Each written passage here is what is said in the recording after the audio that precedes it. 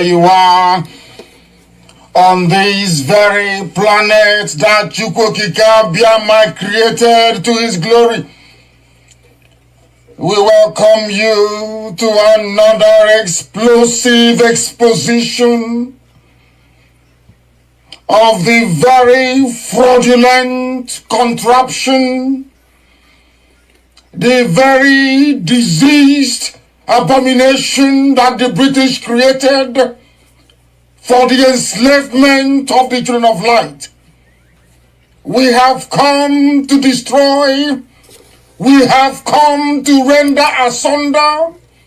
We have come to decimate that very tower of darkness, that very zoological republic, that very cesspit of iniquity and of evil. We have come that the blind may see. We have come that the deaf may hear. We have come that even those who through no fault of theirs, but as a result of having subjected themselves to a very disastrous educational system in the zoo, they have become stupid. Here we have come to enlighten and to educate, without any apologies to anybody, without mincing words, without fear before our enemies, determined and resolute, indestructible, and the precipitous collapse of the zoo is inevitable, absolutely inevitable. The devil may try all it can. Those who go before them to peddle falsehood, those who go to work for them, those who are the workers of darkness and of iniquity, we can assure them that we are resolute, we are determined, and there is nothing anybody can do to stop this very invade as many times as you like, kill as many people as you like, propagate falsehood after falsehood as many times as you like, buy up every media space in the zoo, go and connive with people in the diplomatic circles abroad, eyebrow consultancy firm in the world, select some diplomats in the zoo and bribe them. Select those you send to the key countries around the world. None of these things you're doing is capable of stopping us. It doesn't matter what you say. It doesn't matter what you write. It doesn't matter the type of chatter you have behind our backs. All those things you're doing is a complete and utter waste of time, because Biafra must come. There is nothing anybody can do about it. That is why we preach this gospel. That is why we propagate this very message of redemption. That is why Elohim said that Biafra will come. You will not fire a bullet, but Biafra will come. Because Chukwokika has gone before us. And you will hear what will happen to the zoo in weeks and months to come. This is 1 year, 2020.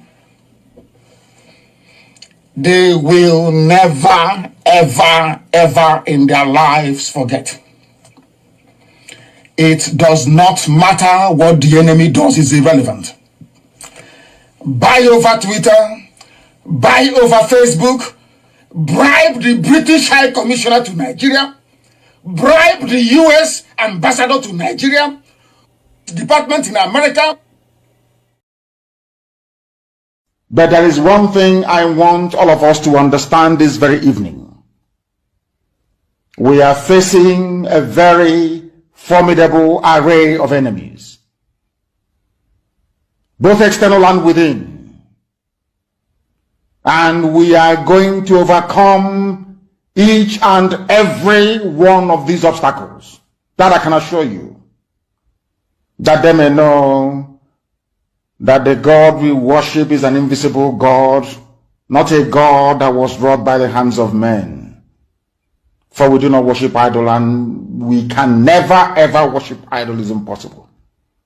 This very family, this IPOB, belongs to the Most High.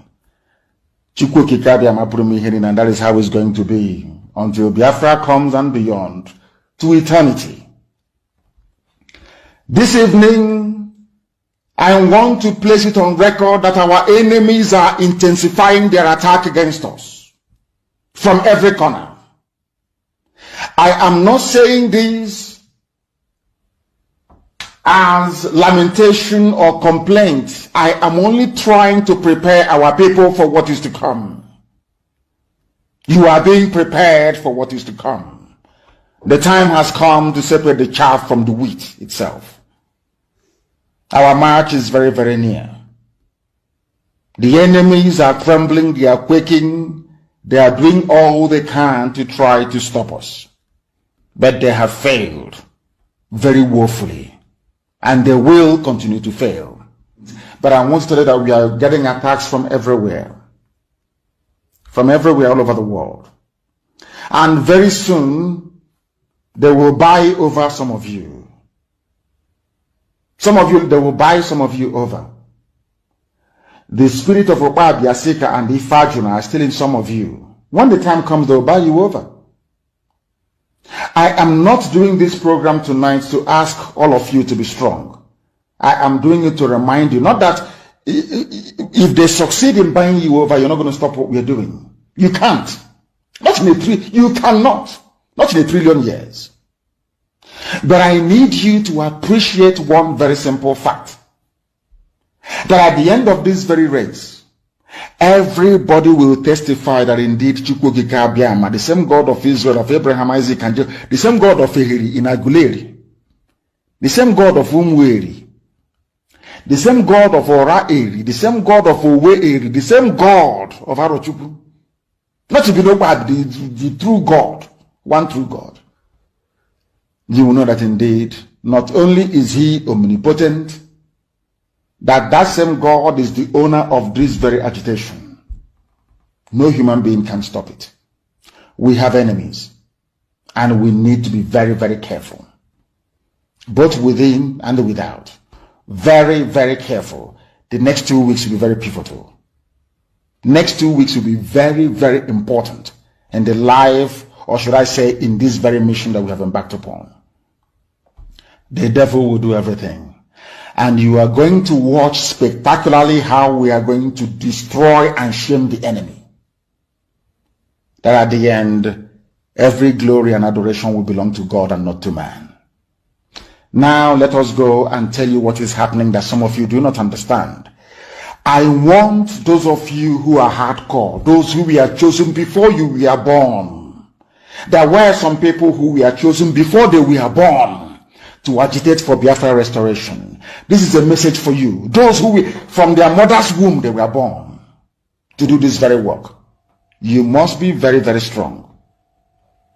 Because Biafra will open the eyes of black people all over the world. Because Biafra will mean that blacks from America, blacks from the Caribbean, from Southern America, they will all flood into Africa. It will be like the time that Yeshua was born. Biafra is like a light, a beacon. They will follow it.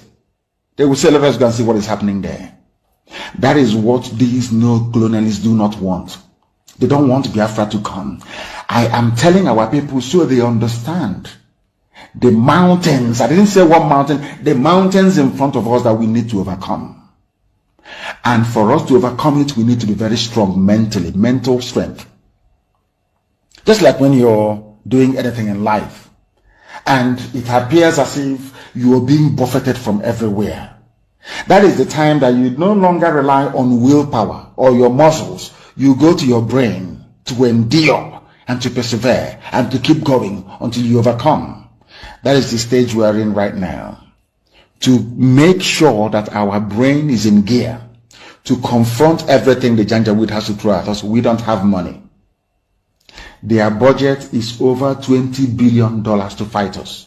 They can bribe Facebook. They can buy them off. They can do anything they like. They can come to some of you and bribe you off. They can promise you what you've never had before. They can give you maybe a house in Dubai. They can promise you a vehicle. They can tell you, oh, we'll make you vice president. They can promise you anything to make sure that you're like them. But this very IPOB, this very hardcore is not going to move. And I will tell you why we can't move.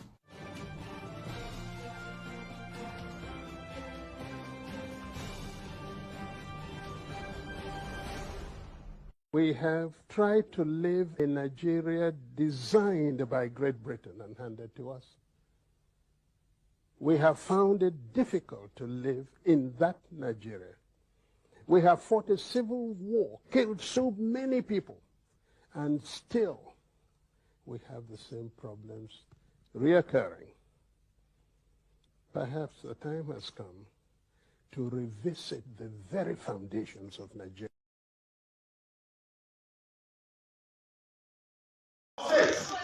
He did me something in my case. I accused him. He was Pontus official. I asked him to accuse himself. Why did the chief judge not insist I was right? He left my case. Okay, listen. If anybody is not happy with this, which is true, then you need to go and appeal. No, I cannot. Because I have a court order.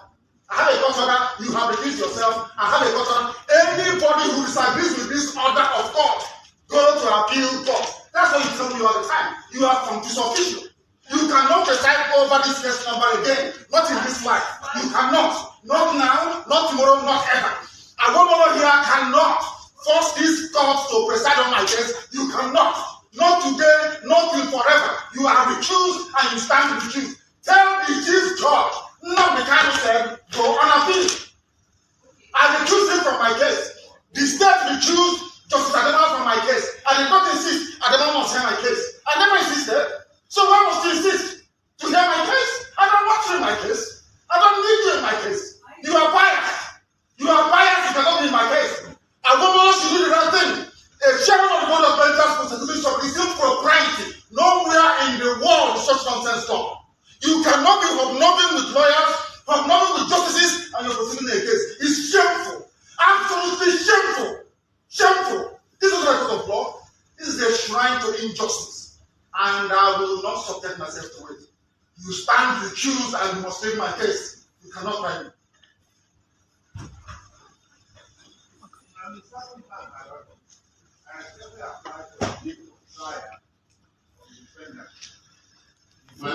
This man is not paying attention. There is an order of recusal. And he's a senior advocate, for goodness sake. There's an order of recusal. Is that not the rule of law? The law says if you disagree with this, you go and appeal. You are a grown-up man. Because of 300 million, you're behaving like a child. Go and appeal. Because of money. Because of money they're paying you from ABF surface, you are here standing and smoking evil. Because of money. A grown-up man like you, you say you are correct, you behave like a man of honor. The rule of law says you go and appeal. His Lordship Peter Yebe will not try my case. Not on this planet Earth, I'm telling you that now. So stop wasting your time. So that paradise, as I said, the view of the past that the defendant has indicated that he will not make a formal application. I apply that the Lordship give us a 70-day for hearing. You are not well. You are not well. I'm telling you, this God Almighty not well. This is an order of court. An order of court says Justice Binta Nyako is recused. An order of court. Order she made as an order.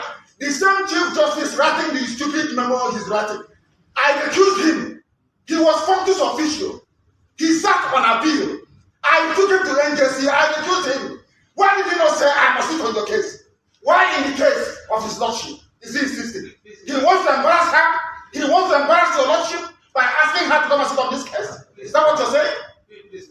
There's an order of, give it to him. He doesn't have it. Give him an order of court. It's an order of court. Give it to him. He doesn't have it. An order. Give it. He doesn't have it. It's an order of court. It's an order of court. I don't give permission to address you. Everything.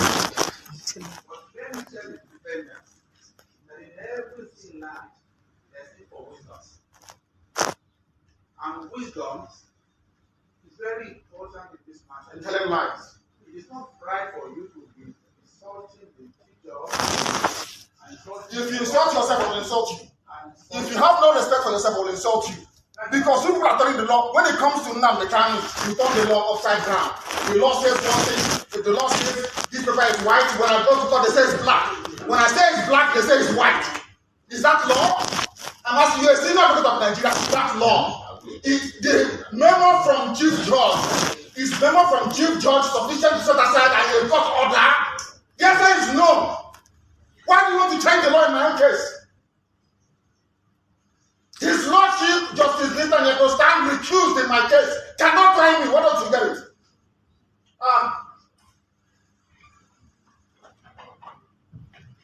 Give me your definite get for trial so you can do your mathematics with always people without shame.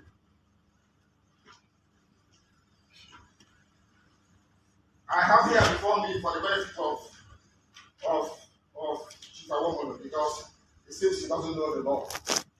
So I will tell you, this is national judicial policy of this country. Please give them a copy each.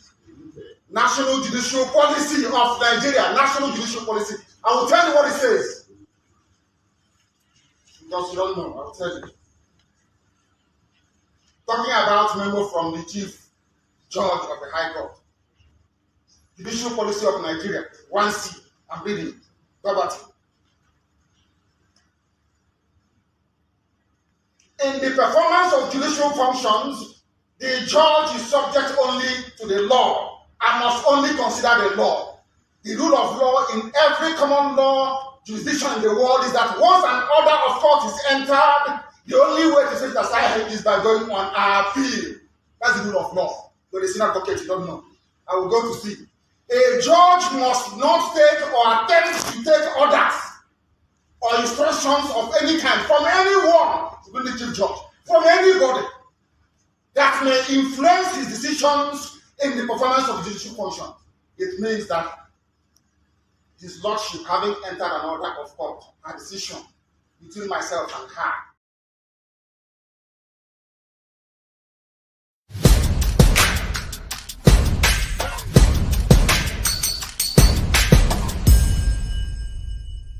The foundation for the liberation and independence of Biafra has been laid by this government, and it is very, very strong. We build this particular foundation of the liberation on solid rock. Are you not seeing it? We are not shaking. I am standing very, very strong, making sure that I'm taking the bullet that they are firing at Biafra people, because their target is you. They believe that once they take Mazi Nnamdi Kanu out of the way, they will come for all of you. That is exactly what is happening in other parts of Nigeria, because nobody is there to stand on the way for them. And they are annihilating people, killing them, sending them to IDP camp. I told them, you see this face, okay, deceive them very well. To deceive you. The momentum of the Biafra liberation today have necessitated all the discussion you see. Everybody is talking. Release Mazi Nnamdi Kanu. Why are they keeping him? Some of them claim that he was not fighting the way I'm fighting, but you kidnap him. Some of them are now addressing him as a gentleman. But you went and kidnapped a gentleman. They say, oh, he's more reasonable. He's not, but you kidnapped him. What were you thinking? All of them contributed money. When Mazi Nnamdi Kanu was speaking, it was their headache. They couldn't sleep every day. Oh, Mazi Nnamdi Kanu, he's destroying Ali Igbo. Oh, Mazi Nnamdi Kanu, he's doing this, he's doing that. Today, Mazi Nnamdi Kanu is no longer destroying Ali Igbo. Mazi Nnamdi Kanu is no longer causing problem. Mazi Nnamdi Kanu is no longer is the good man. Is the only man now that is very reasonable. And I have not even started. Because you see what Agaku Nigeria Igwe. Agaku Nigeria Igwe. And you know the next level is by taking all their terrorist barracks, taking all the government houses. That is the next level we will go. Because it is part of the defense of our land. These places are places where the attack against our people are being planned.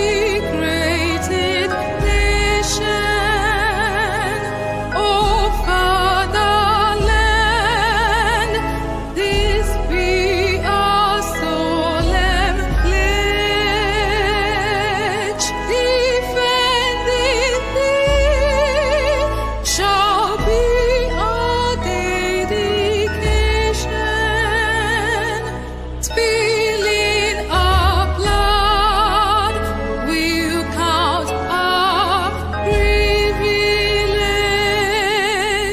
The one that which emboldens the free shall always be our flag of liberty.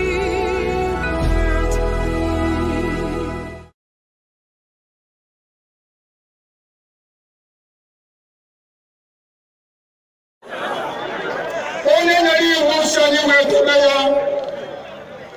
onye si na agata anyị ahụhụ ma ọ bụ na anyị fee arụsị, anyị wee na-efe arụsị, iwe were iwe gị na ọnụma gị wee bịa leta anyị, ụmụ anyị wee na-anwụsị, ụfọdụ nọ n'ụzọ ije ha anaghị alọta ụlọ ọzọ, nne na nna wee na-ata ahụhụ, wee na-ata ikikere eze, nwaanyị kunie ka ọ gaa ubi gaa rụọ ọrụ, Fulani chiri ehi bata ebe ala gị niile n'iyi, okwu ebepụ ya isi, anyị bụ ka anyị kpọpụ onye nwe anyị n'ugwu Awụsa ahụ ejide anyị wee gbuo. Ihe ọbụla anyị mara aka n'ime ha si na ka ha gaa n'ihu. Elekwa ọdụ ụgbọ mmiri n'igwe ọcha bụ ememiri ọya nke dị na Kalaba otu aka ahụ, anyị na-ala nsọ ebe Biafra bụ ndị kọstọm sokwenye anyị n'etiti anyị. Anyị anọghị n'ime mmiri kama kọstọm juru ebe niile, ha wee na-ata anyị ahụhụ. Anyị kwuo ekosịpụta anyị ka kpọchie, anyị kwuo ekwasịpụta anyị ka gbagbuo anyị. Onye nwe anyị na Chineke na nke bi n'igwe ọ bụ ụzọ dị anya ka isi wee hụ ndị iro anyị n'anya wee karịa ndị nke gị.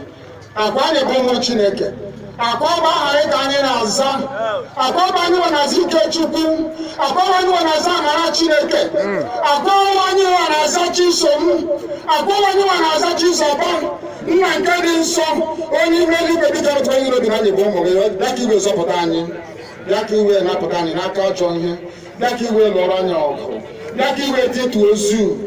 Ọ bụ ogo nwa mgbe emilere Goliat, Chineke nna nke igwe wee memire Fero, sikwa otu a mee ka Fero bụ ọgụzọ n'ihu ụmụ ndị IPOB ka o wee taa akọkọ iguni ọtọ ọzọ.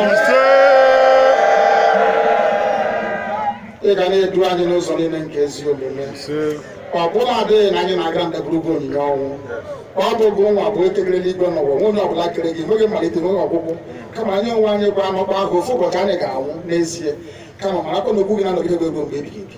Ọ bụ ya mere anyị ji were gị n'anya isi, anyị wee na-asị nna nke dị nsọ, bịa ka iwe gosi anyị Biafra na ndụ na abụghị n'ọnwụ, bịa ka iwe mee ka ebe gị na amara gị wee kpuchiri anyị ka uwe, bịa ka iwe zọpụta ndị nke gị, bịa ka iwe mee ka Biafra wee bịa, ka anyị na-ewetụta na nsọpụrụ na ịja mma site n'aha gị onye bụ Chukwu nke abịa ma.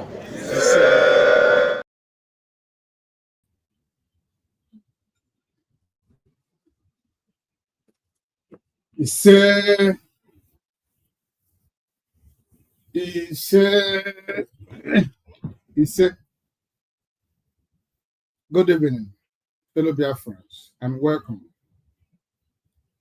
to this program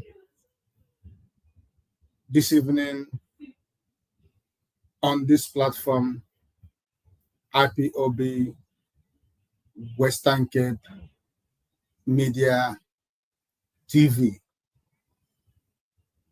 I welcome you in the name of Chukwu Obiama. And as I welcome you, I want you to welcome others. Welcome your friends, welcome your family, welcome your neighbors, welcome all lovers of freedom that is around you.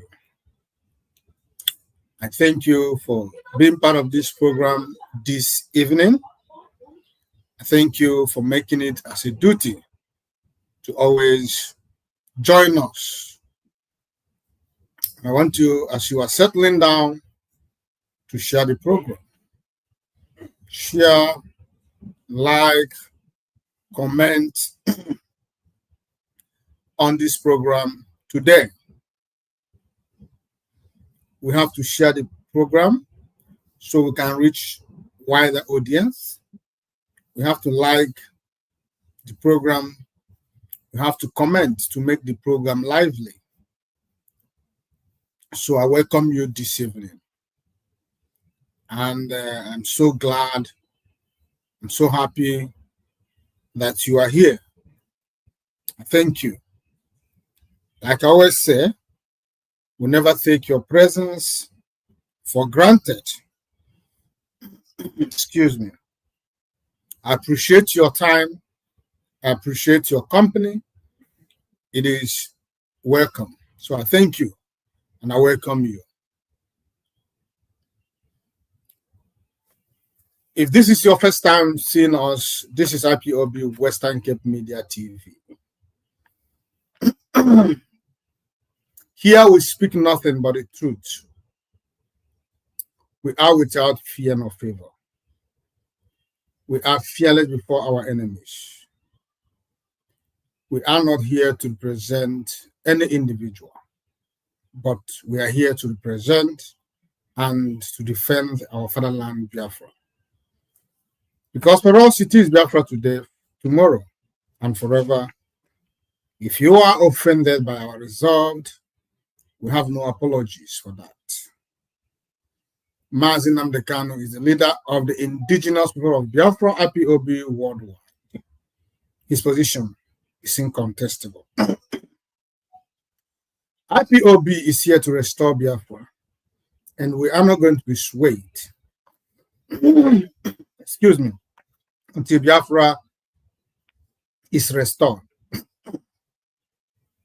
I welcome you to this program here on this platform, IPOB Western Cape Media TV. Staying it the way it is. Excuse me, I'm having something in my throat. We are fearless before our enemies, and truth is our hallmark. So I want you to understand where you are.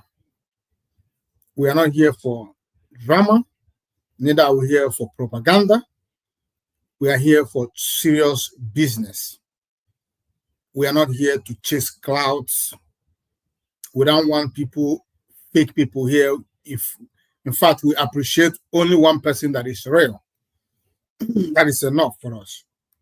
It is useless to have abundance of viewers ranging from hundreds and thousands, which are fake people who are not into what we are doing. So we appreciate you. That means you are original and you understand the struggle we are into. It is for serious business.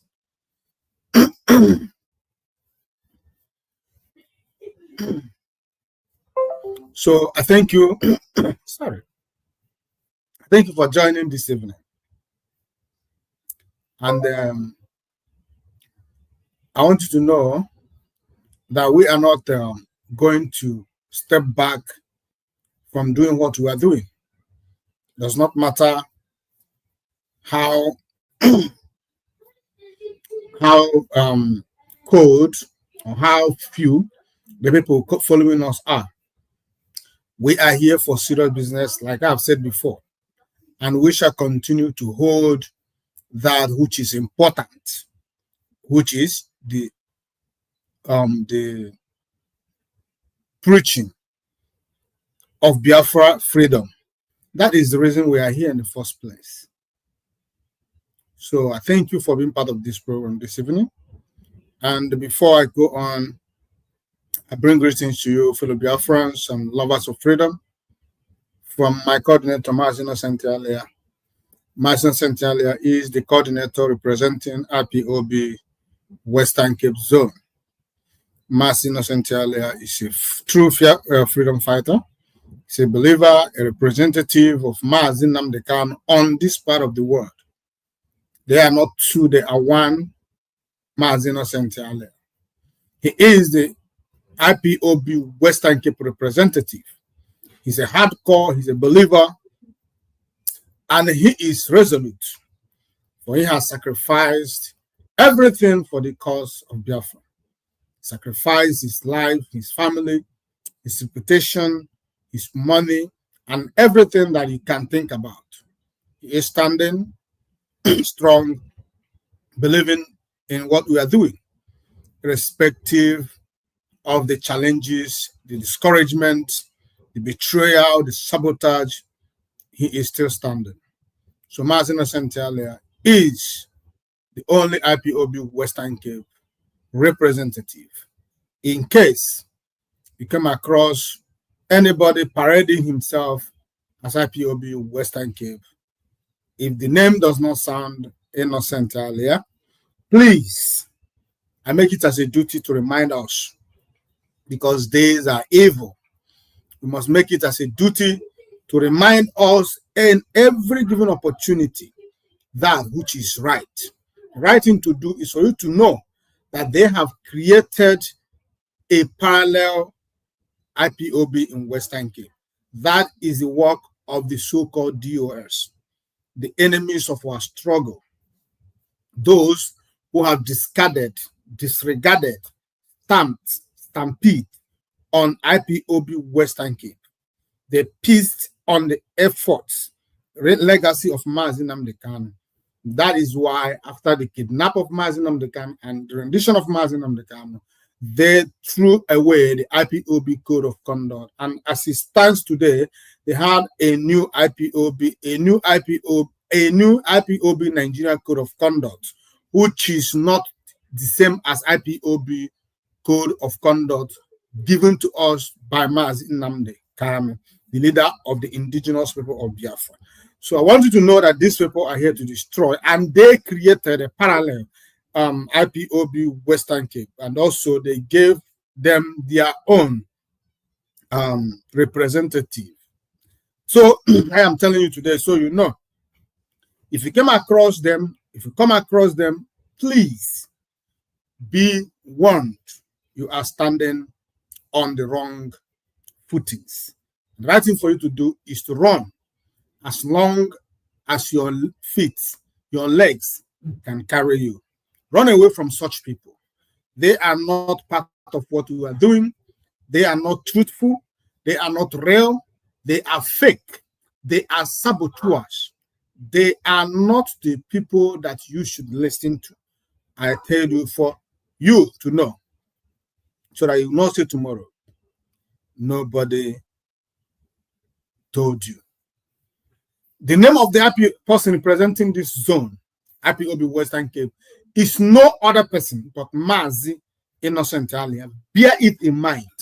He is sending greetings to you this evening, and also greetings coming to you from the IPOB Western Cape Executive.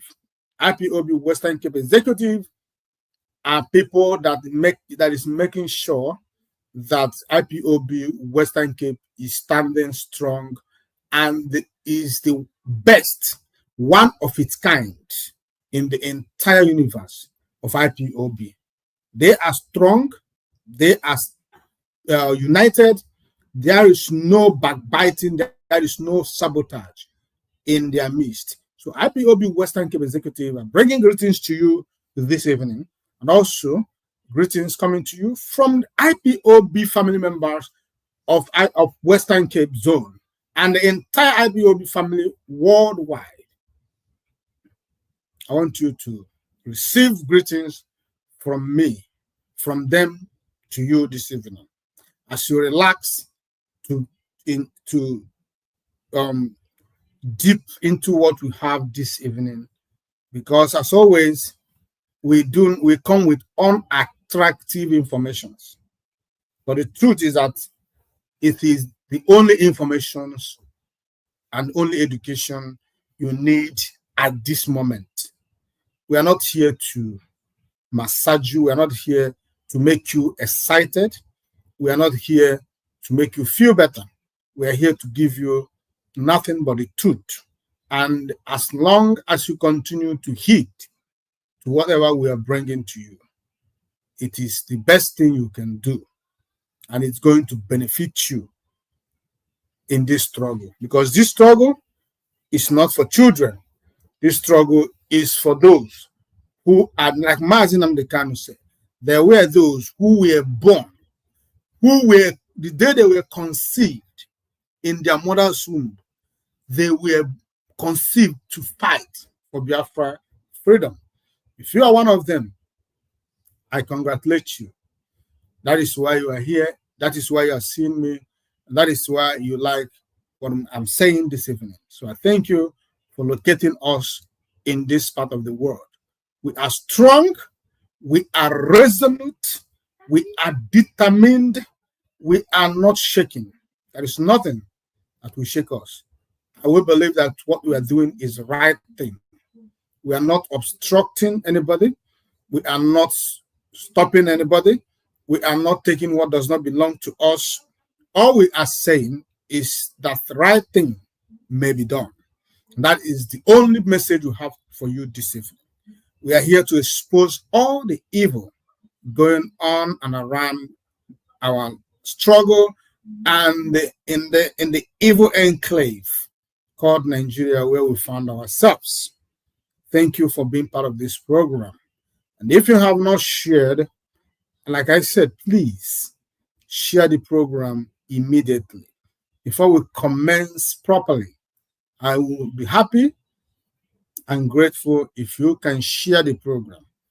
If you are 20, if you are 30, if you are 50, if all of us shares the program, that means over 100 and hundreds of people have seen our program. So please share it that you may be blessed. My name is Mazi Ebuchi. I am your host. And by the special grace of Chukwu Okike, I am the Parklands Unit Coordinator. I believe in Biafra, and I believe it is my right to agitate, to be part of those agitating for Biafra. I believe that Biafra is the right thing to do. Biafra is the only solution to all the hatred, to all the betrayal, all the killings going on in our land today. I believe that Biafra is the only identity that suits me and the only legacy that is worthy to pass to the next generation of my lineage. So that is who I am. I say to you this evening, good morning, good afternoon, good evening, and good night. To some of you, depend where you are watching from. I welcome you properly to this program this evening. Now, looking at our topic for today, our topic goes like this: why we stand on the freedom of Biafra with all the threats. Why we stand on the Biafra freedom with all the threats. Why? Why would we damn the consequences, the threats to life, the threats to all manner of evil things? Why would we stand on these things to continuously agitating for the freedom of Biafra, continuously asking that Biafra should be given to us?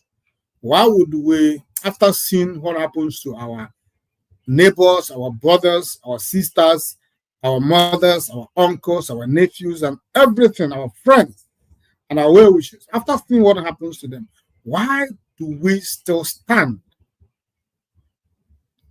on the mandate, on the dream, on the demand for Biafra? Why have we not run away? Why have we not dropped this agitation? Coming from the history of darkness, gloomy, that after 50 years, we lost over 5 million people in a genocidal war against our people. Why do we still stand on something that kills us? Because the truth is that Biafra kills us. To carry the identity, to accept that you are a Biafran, it is already a a danger, a threat to your life, why do we insist on Biafra? Why do we stand on something that is so dangerous, something that the whole world despises? Why? I will tell you why as the program, or rather you will see for yourself as the program progresses this evening. But I want you to understand one thing. No matter the threats, remember, there was a lie that lasted over 50 years, more than 50 years. That lies led to what we call Biafra today. That lies led to the loss of over 6 million people and still counting. The lies that today, even though it's not the first time that this lies is coming to the open, even when several people have come out to debunk these lies, but the latest event that unfolded through more light and further exposes the conspiracies against a particular people of Biafra. Last week, the former president of Nigeria, Ibrahim Badamasi Babangida, released a book, his autobiography, and he titled that book something about his service. I forgot. But if you are on social media, you might have come across it. The lies that he debunked was that the coup of 1966 that got Ahmadu Bello and Tafawa Balewa killed, that cost the lives of Biafrans in all part of Nigeria to be destroyed in thousands. The coup of 1966 was planned by the young Nigerian military personnel, which they called themselves the revolutionaries. They call themselves revolutionaries because at that time in the history of Nigeria, there was a political chaos in the Western Nigeria. There was killings, political killings. There were kind of corruption in the highest level. And it prompted these young revolutionaries to come to try to seize the power.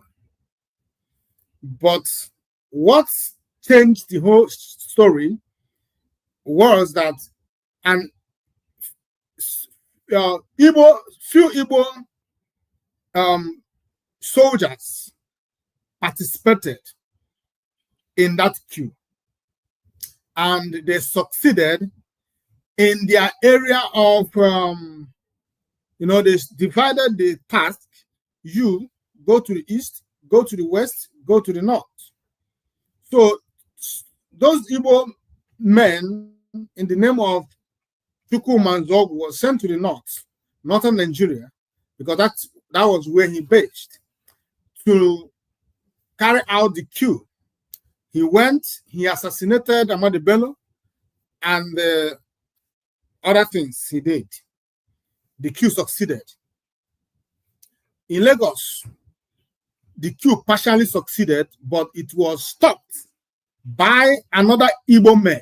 And in the east, it was no-go area. It didn't even happen. So, as this thing was going on, The next thing we started hearing was that, oh, Igbo people led a coup. Igbo people planned a coup to take over Nigeria. They went and killed the northern leaders and do that. And, you know, the conspiracy started. Before you know it, all the Igbo military personnel in Nigeria army were ambushed, murdered, wasted. And it started right from the airport. From that airport, the riot started. The slogan was, all Inyamere must die. All Igbo people must die. All hell let loose.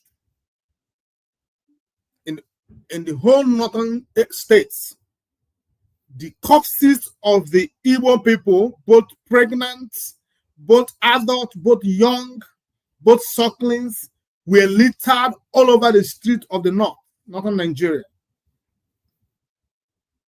There was no hiding place for you if you are a Biafran, in particular if you are Igbo. Remember, anybody that is coming from the old eastern region is Igbo to them. They don't know whether you speak Igbo or not. So long as you are an Easterner, automatically you are Igbo.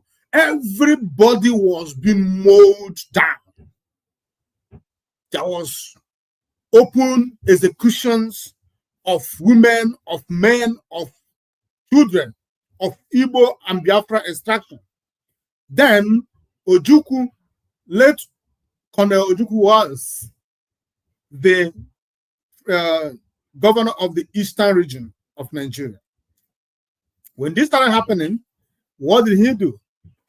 He announced that those people who have survived should face east and start coming down.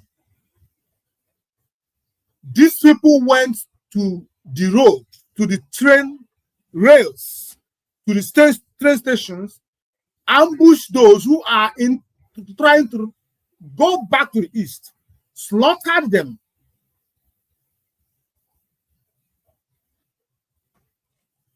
According to the record, over 50,000 Biafrans lost their lives in that period of time. In that queue, a Yoruba person was there. People from the north was there. People from the middle belt were in fact, all regions of Nigeria participated in this queue. That the enemies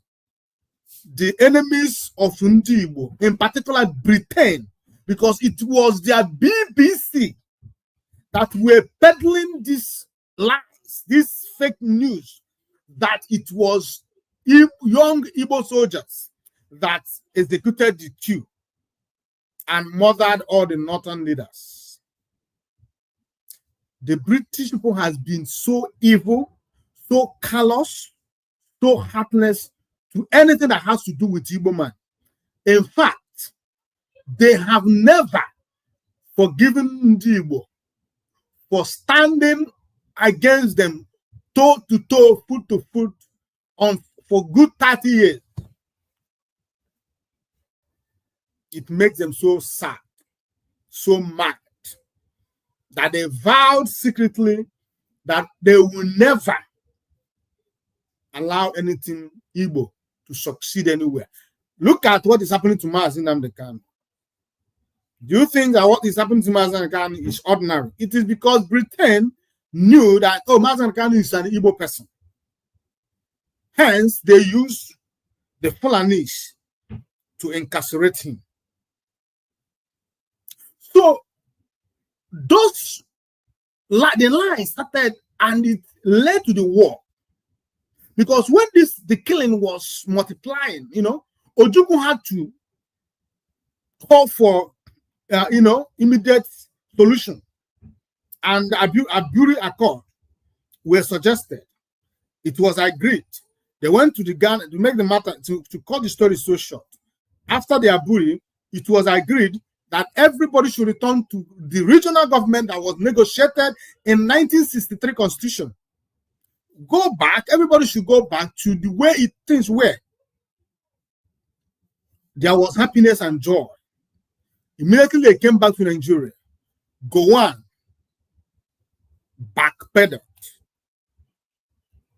He after taking advice from Britain, Gowon made a 360-degree turn against what were agreed in Aburi. And Ojukwu told him, no, in Aburi I stand. Gowon now made that infamous statement that in Aburi you will fall. After days of stress and exchange of words, Ojukwu declared Biafra. Now, it is all making sense. It's all coming together to the title of this program. I told you that you would understand why the title. Ojukwu declared Biafra not because he wanted to exist outside Nigeria, not because he doesn't enjoy or like the concept Nigeria, not because as Biafrans we cannot succeed or compete in a equitable Nigeria. After taking a critical look into the future, Ojukwu and his then executive could be able to decode into the future that there will never be a place for us in Nigeria. Everything started out of envy, jealousy against Ndi Igbo. Because pre-independence Nigeria, Ndi Igbo was all over. Talk about the what's it called? Talk about the civil service, Ndi Igbo.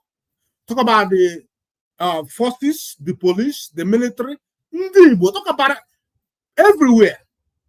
The point still remains that no matter how you can twist it, no matter how you hate Ndi Igbo, there is no tribe in Nigeria, as far as there is concerned, or if not Africa, that could compete with Ndi Igbo. We are more, always one step ahead of the rest.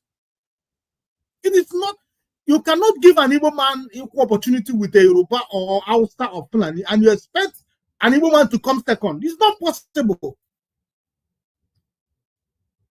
With all the suppression we are passing through, or we have passed through in Nigerian project, we are still on top. We are still the richest. We are still the most progressive. We are still the most admired tribe in the whole Africa.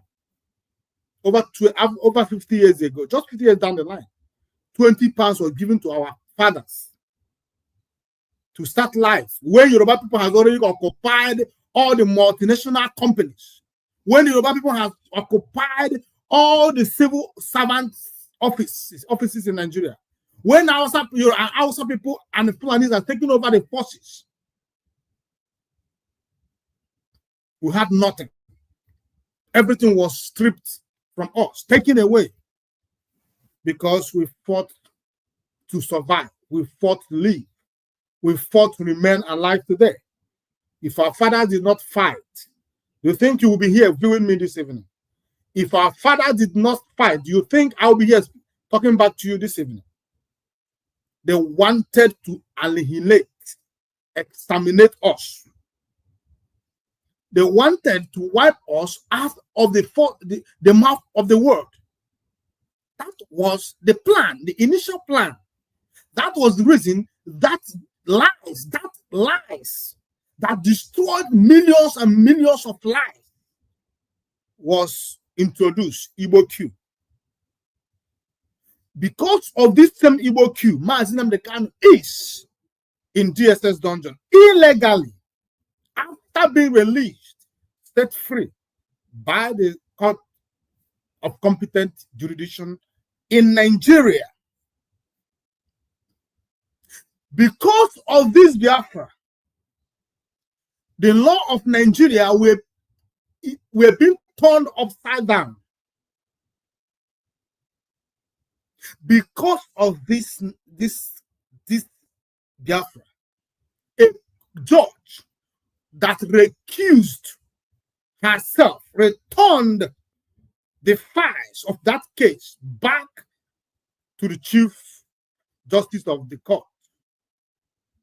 Went back to take the file, to come back to the judge, to the case he has recused herself, just like a dog going back to its vomit. It can only happen to an Igbo man in Nigeria.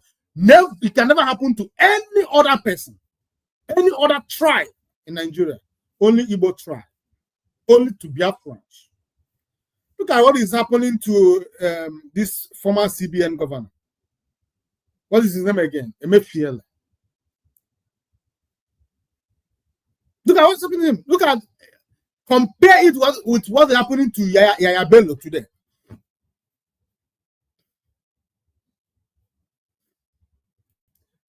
So, this is the cause of, so Biafra, Ojukwu declared the Biafra for the purpose of safety, security of our people, both lives and properties of our people.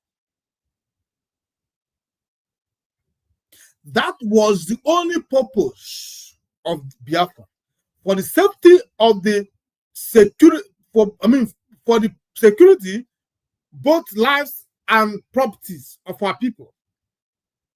That is the need. That is the reason for Biafra. And that is why, with all the threats to lives, we are still standing for Biafra. Because the truth is this: if we agitate, if we fight to free ourselves, we shall die. If we do not fight for freedom, we shall always, and we shall also be, we shall also die. Or rather, can I use killed? So what is the best decision when you are faced with these two purposes? If you fight, you die. If you don't fight, you die. What will you do when you are given these two choices? I think, as a wise person, the best thing for you to do is to fight. Probably, you may defeat your enemies. But if you fold your hands and willingly gave your throat for your enemies to cut it at will, I don't think it's a good idea. So that is why we stand on the freedom of Biafra with all the threats.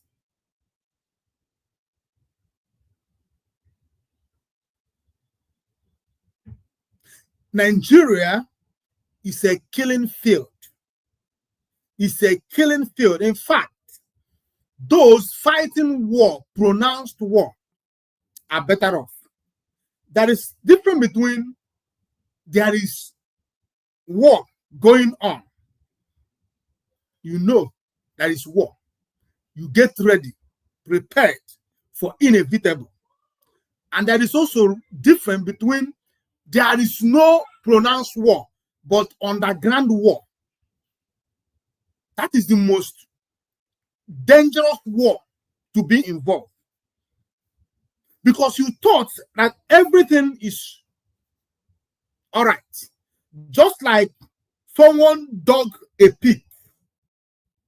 After digging the pit, he also covered it. Made it, understand? Build it, covered it. Immediately you step into that, you automatically going down. You do not know that there's a pit dug here. You thought it's a solid ground, and you are walking as if you are safe. You don't take any precaution. You don't fear nothing. You fear no evil because you think, or rather you thought, that all things are equal. But when you are aware, when a hole is dug and is left open, immediately you go to that point, you know, oh, there is a hole here. You look for an alternative. But the situation of Nigeria is different. Nigeria is into a very, should I say, a very dangerous war ongoing. Lives are being lost. People are being massacred. In the east, it's not good. In the west, not good. In the middle belt, oh, not good. In the core north, oh, not good. There is no, in the south, as they call it, not good at all. All regions in Nigeria are passing through a very severe loss of lives by one tribe, Fulanis. It is only in the east that they claim that it is the Igbo people that is perpetrating the killing. The reason, because of the agitation for Biafra. When you go to the Yoruba land, they will tell you, oh, it's Biafra, it's Fulani people. And everybody would agree. After all, Yoruba are not agitating. Even if they agitate, they will never say that Yoruba people are the one killing other Yoruba people or kidnapping them. Even when one or two Yoruba people may get involved in this evil, kidnap and take ransom. But the point is that the people who are perpetrating this menace are the Fulanis. Same way, in something applicable to the south Fulanis. Everyone agree that it's Fulanis. The same thing in the middle belt. Everybody agreed it's Fulanis. Same thing in the north, core north. Everybody agreed. It's only in the East Nigeria, in the Eastern Nigeria, that people had different belief. Oh, no. It is not Fulanis. Couldn't be Fulanis. It is the IPOB people. It's the ES10. They are the ones who are kidnapping and killing people. They do not believe that there are criminalities going on in the eastern region again. They don't believe that there are presence of the Fulanis. They do not believe also that there are headmen, as I'll be proving this evening to you. Doing this job, I did not say that there are no few misguided Igbo youths in the business of kidnapping. I do not also say that there is no such young citizens of South people, nor Yoruba people involved in kidnapping, nor other tribes in the north involved in kidnapping. It's not what I'm saying. But the people who are into this, who brought insecurity, who made this as part, not just for money, but for the purpose of emasculating the indigenous Nigeria. The Fulanis were not doing this thing just for the money. They are doing it to put fear, preparing and waiting for the right time for them to take over the entire Nigeria. And you think that fighting an Igbo man will stop them. No. The border is open in the north, and all the Fulanis from the Sahel region are coming to Nigeria because, as they say, Nigeria is their country. God, Allah gave them Nigeria. And the only way they can take over Nigeria is by making sure that the indigenous Nigerians are being eliminated. So they are not coming just for the money or ransom taking. They have, okay, let me show you a video going on. Let me show you this video. Let me show you this video. Because I want to.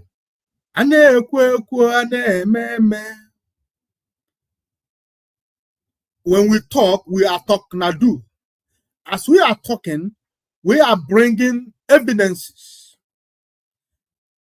We are evidence based in this platform. That was why I told you that this platform, if you are opportuned to be part of this family, IPOB Western Cape Media TV, you are lucky, so lucky, because we are giving you as in the hot, as in the hot. You understand? We do not lie. We have no reason to lie. I told you, and I will continue telling you that.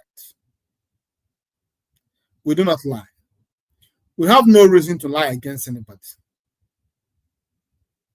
There is no gain in trying to get over the other person through cunning way. So I will be bringing it to you now.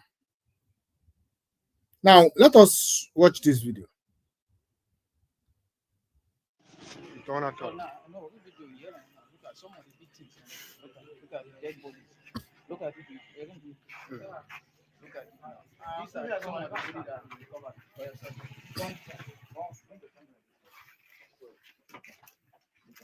Look at. Put the camera inside now.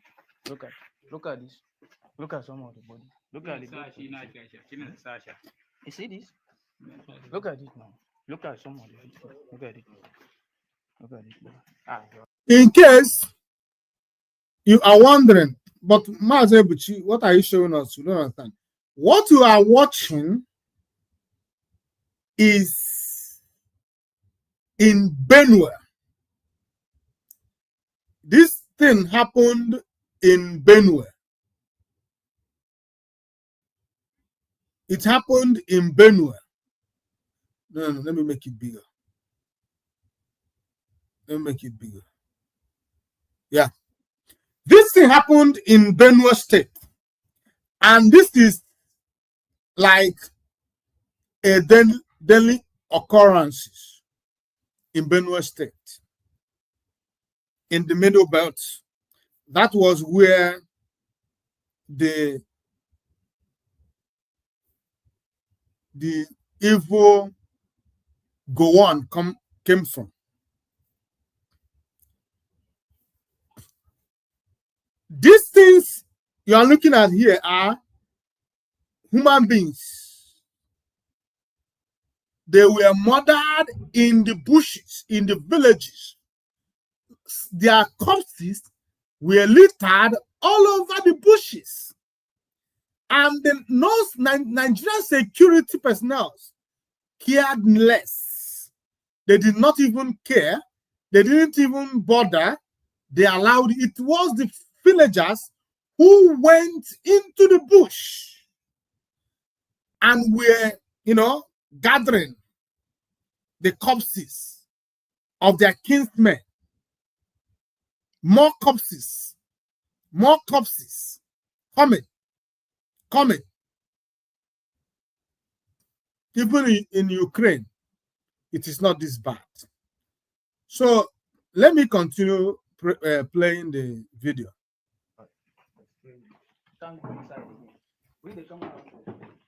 Look at this one. See. Okay. These are the victims. These are some of the victims that have been recovered so far. Now, somebody will sit somewhere in Lagos, Abuja, and whatsoever and say there's no killing in Benue State. Do you hear what the man It's not said? as if the security are recovering this body. These are ordinary civil. He said, someone will sit in Abuja and be saying there is no insecurity going on. They keep suppressing the truth. Their media does not even help the matters. The media will continue, just like they will be suppressing it. If 20 people were killed, they will say it's 2 people. They made sure that the Nigerians did not understand the gravity, the seriousness of things. What you ask yourself is, are these people not human beings? Are they not someone's father? Are they not someone's mother? Are they not a breadwinner for their families? Does it mean that these people does not deserve to live? Why would the government of Nigeria sit back, watch why these Fulani terrorists are going about taking down villages, wrecking the villages, taking lives, and occupying their villages? That is a question that demands an answer. Ordinary civilians trying to recover their brothers. Eh? Check the camera. Look at the body of this. Very crazy. Very crazy. These are the facts on ground. Look at the facts on ground. It's crazy. It's crazy.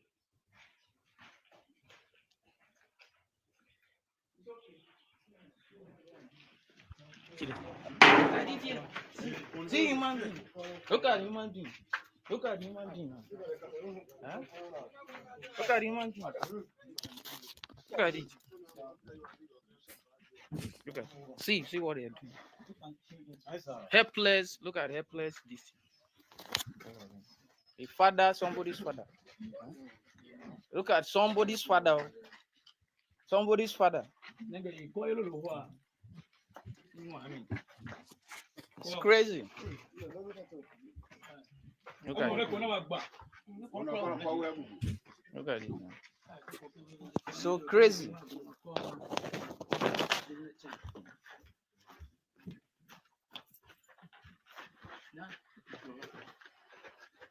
It's really sad. Authorities, the governor, and everybody needs to see this. This is the reality of things on ground. Anybody who sits somewhere and say this is nonsense is dead body. More than 20 dead bodies have been recovered so far. Nobody will sit somewhere. Stop. Nonsense. More are coming. More dead bodies will be recovered. Nonsense. It's crazy world. All these.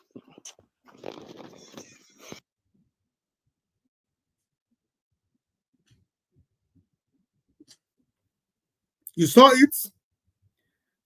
Even though the narrator, he was kind of scared. You can hear from the tone that he is scared. He couldn't muster the courage to pronounce, oh, Fulani people, Fulani terrorists murdered these people. He keeps saying they were murdered. Who murdered them? Why couldn't he pronounce it, say it? Fulani terrorists were murdering, or rather murdered our people in their numbers. You can hear him saying that more corpses are coming. More are coming. More are still in the bushes. These are somebody's fathers and mothers, breadwinners of the family. But you can see that Nigeria happened to them. Their lives were cut short, not because of any crime of theirs, but because they were found in Nigeria.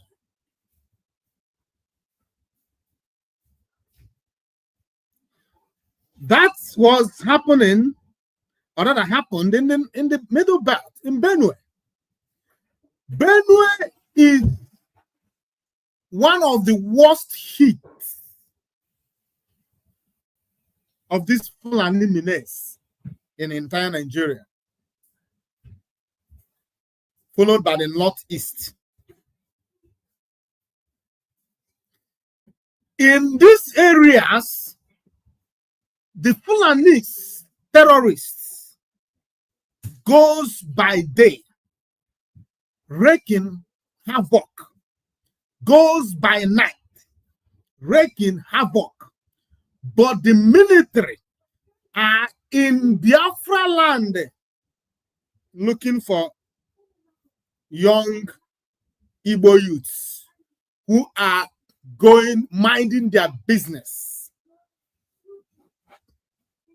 They are all over Igbo land, staging one checkpoint after another. When you go to this area in Benue State, you found no checkpoints anywhere.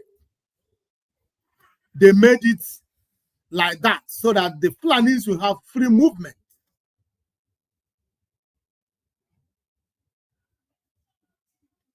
Now, let me also show you another one. This one I'm going to show you now is a kind of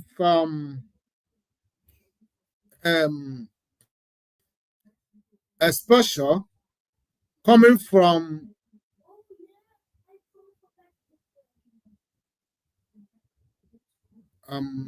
what am I doing? No.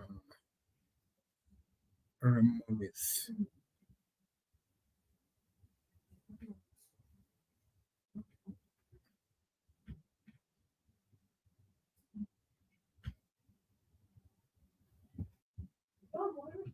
Just give me a minute. Let me rectify this.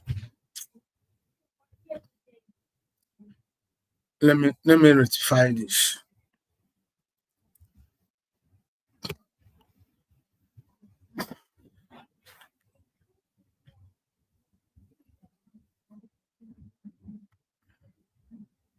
So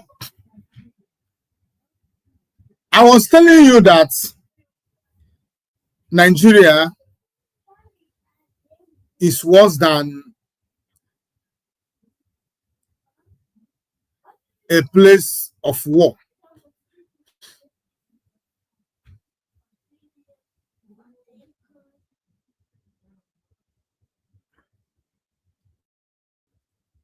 Now look at this. Look at this.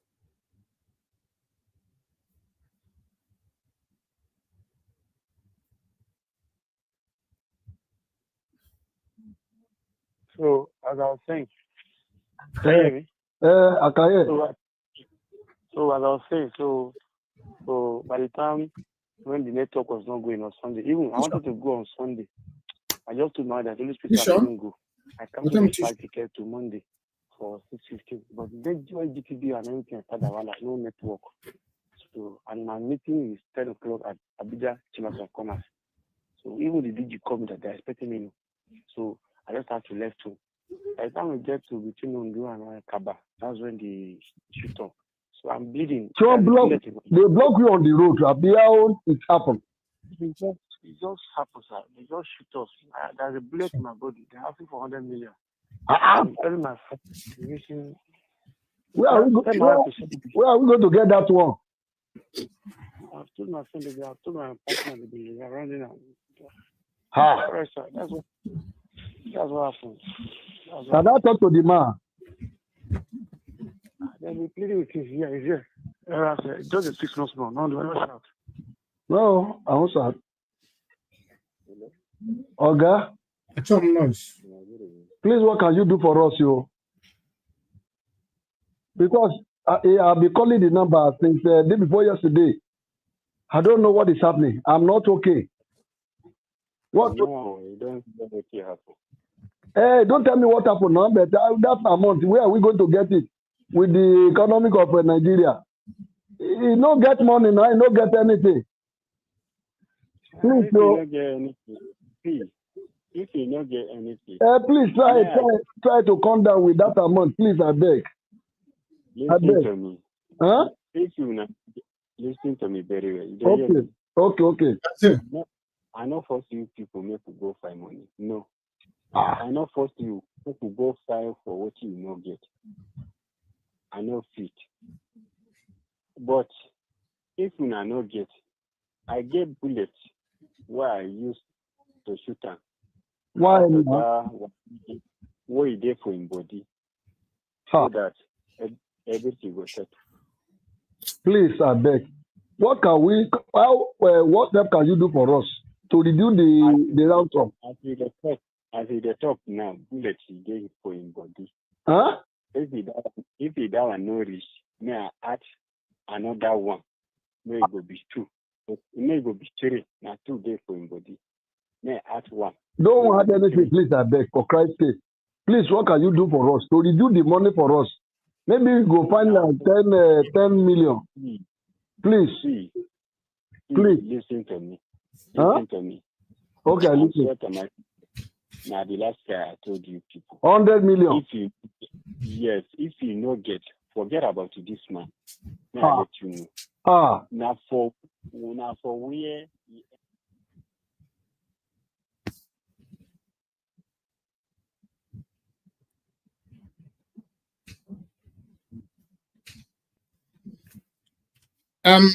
You heard it. That was a Yoruba man. He was kidnapped by the Fulanese in Yoruba land. And the kidnappers, the Fulanese, were demanding the sum of 100 million naira to free him.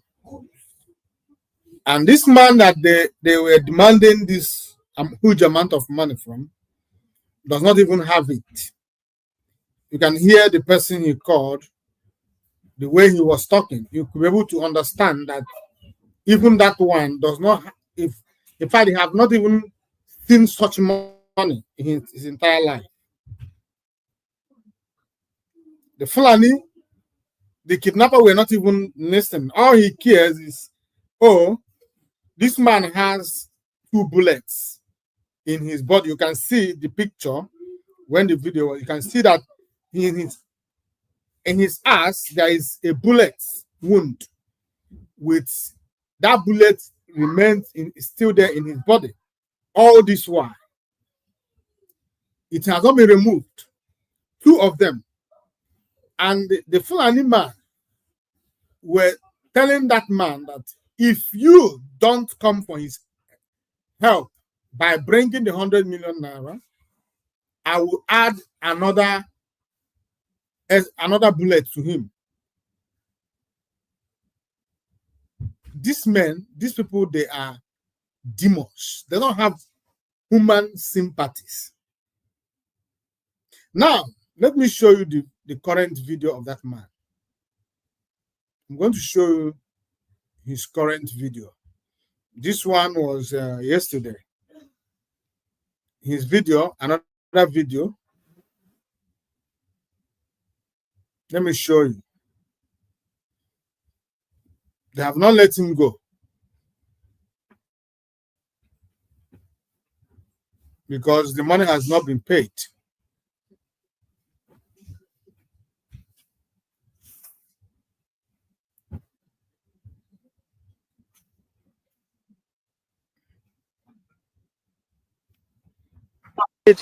Nigerians, help me.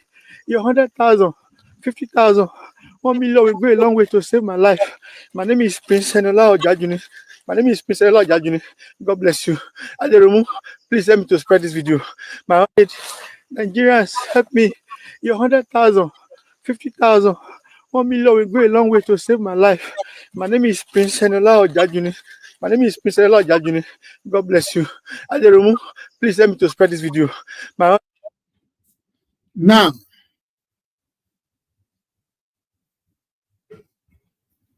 in another video of this same man, you can see he is begging. This man has been kidnapped since last week. The government of Tinubu has not been able to rescue him. If you check this man, he may be one of those who were shouting, Ron is our turn, is Yoruba, whatever, Emiloko, or whatever they call it. He may be one of those who supported that no Igbo man must be allowed to vote in the entire Western Nigeria if they're not going to vote for Tinubu to become president. While they were doing all these things, they thought that they are exempted by the danger that was coming.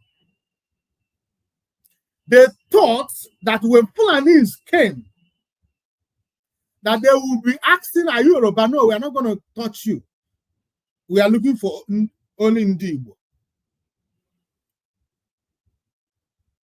When you hear them go about their tribalistic nature, you will think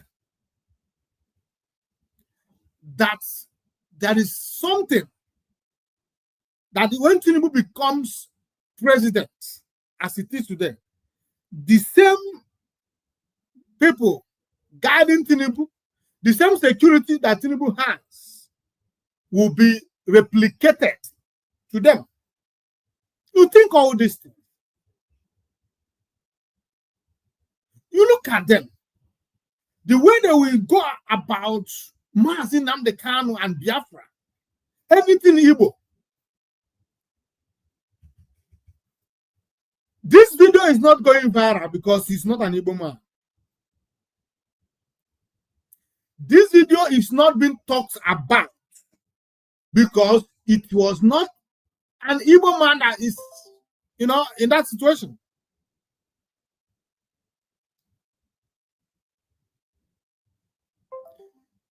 For the Yoruba people, anything that you can do to get over Onigbo, Y10, is fine.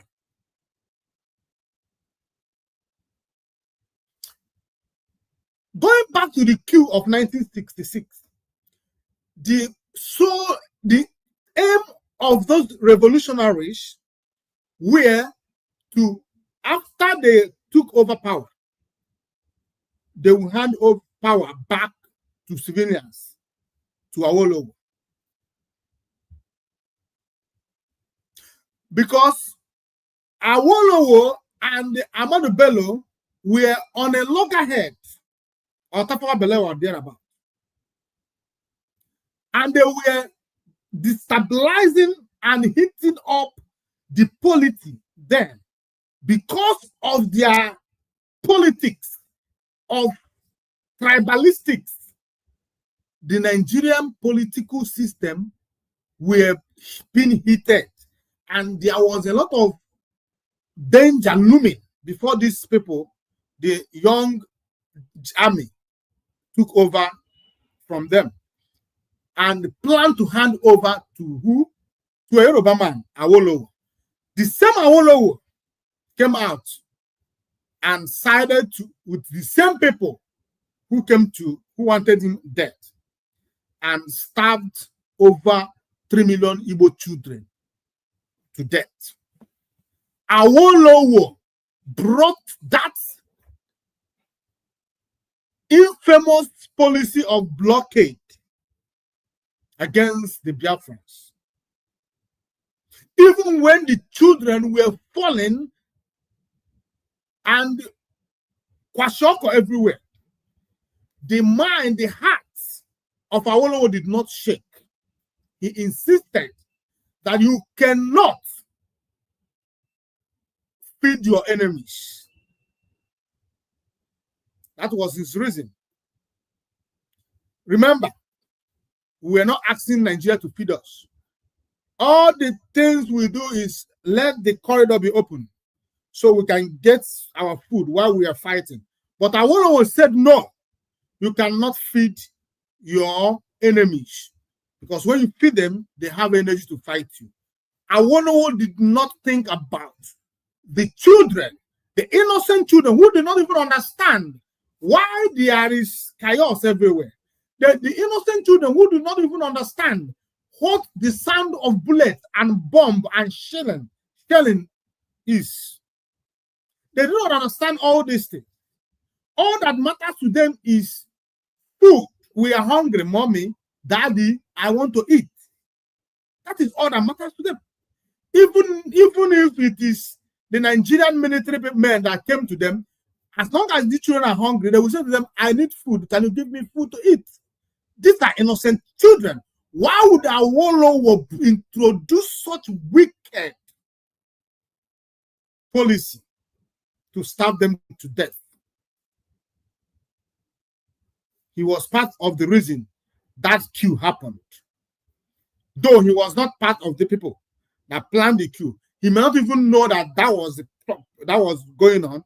But the heart of those who were planning for this coup were to hand it over to him. Babangida confirmed it. He was not the first person to confirm it, but he was the latest and more authentic person as the former president of Nigeria to do what? To make such bold claim. They know it. It is nothing but the truth.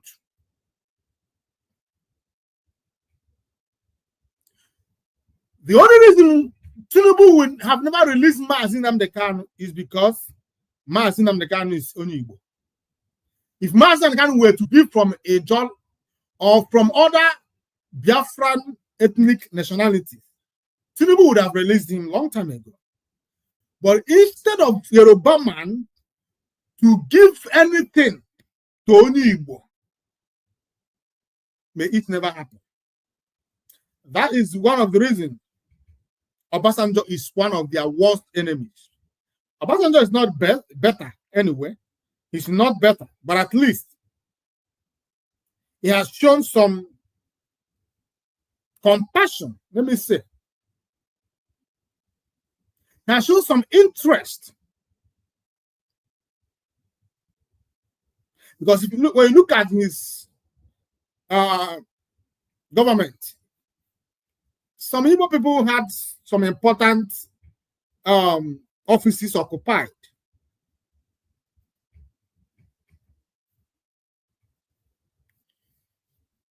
So, this thing that is happening to this man, remember, the level of Yoruba people being killed on a daily basis in Yoruba land, in Yoruba forests and bushes. The other time I brought a news which Gani Adam was saying, Gani Adam, the Nakokon Kakamfo of Yoruba land, Gani Adam, the leader of OPC. He was saying it that I did it here as a program. I did it here. I read his statement. He said that in Ile-Ife and in Ilesha and Ile-Ife, that villages, that Fulanis have villages where they are now the settlers there. And all the Yoruba villages surrendering has run away. If you don't know the number of Yoruba people that have been massacred on a daily basis in their land, it is because they are suppressing it. They are covering it. They do not want you to know. That is why things like this man, that is why his own is not going viral. And I can assure you this man will not survive. They are going to kill him. They gave him until this evening. If the 100 million were not paid, they will take his life. He said it in one of the videos that they have told him that if that 100 million were not in their is not in their hand by this evening. That was what happened. They told him yesterday that they are giving him from yesterday to this evening. If that 100 million naira is not in their hands, they will kill him. He said it with his mouth. As I'm talking to you, maybe he's gone. But I can assure you one thing, that man is gone, is a gunner. Because the Yoruba people does not want anything that will make it look as if it is also happening in their land. That man is not just an ordinary man, he's a penny fair chairman, whatever. He's one notable somebody in a penny fair, Yoruba social cultural organization. So I don't think he's just a businessman going his no. Maybe he was even on official duty when these people accosted him and kidnapped him. But what are Yoruba people doing about it? They are doing absolutely nothing. You can even listen to that man that was talking, negotiating with that man, as he was speaking reluctantly, as if it is not a serious matter. But the truth is that the Fulani man that was talking, whatever he was saying, it's the way it is. He's not going to go back from his words. If after today, this evening, the Yoruba people did not run around to bring this 100 million to give to these Fulani people, this man will be dead. It does not take a rocket science for me to know. I have seen it. It has happened several times. So do not think they are joking. They don't joke with you. They are pure terrorists. They are not human beings like you. They are pure terrorists. They are bloodthirsty. If they do not have that money, that 100 million, they have already mapped out what they want it for. They use the money to purchase weapons. So if you disappoint them, then they will do what? They will end the man's life. It does not take them anything. Just a pull from the trigger, the man is gone. And if you think that Tinubu government is going to do anything about it, he is not interested at all. The only thing that interests Tinubu is that Mazi Nnamdi Kanu should denounce Biafra. It is more, in fact, the life of the entire Nigeria does not matter anything to Tinubu and his government. The only thing that matters to him is that Mazi Nnamdi Kanu made the statement, I denounce Biafra, as if peradventure Mazi Nnamdi Kanu denounce Biafra, Biafra will end. If Mazi Nnamdi Kanu denounce Biafra, another 10, 20 Mazi Nnamdi Kanu is waiting to take over the Biafran mantle. It is not something you think, oh, it is secluded to Mazi Nnamdi Kanu. No, it is a pregnancy. It is, so many people are pregnant already. So, Tinubu thinks that by ignoring all these security threats, ignoring this kidnapping going on everywhere, he thought that by stationing what's it called? Checkpoints all over Igbo land, that his problem is solved. No. More of this incident of innocent citizens going about their business, being kidnapped, is going on on daily basis. And innocent people are being killed. Innocent people are being taken to the bushes, tortured. Look at that man. Look at the bullet in his ass. 2 of them in his ass for all these days. And the people that should come for him, and they're playing politics. Politics trying to stop someone who is saying, I need freedom for my people. as if Makanoka called the book, called the bargain. Now I have showed you the one that happened in the middle belt, like the north, let me say representing the north. Now I'm going to show you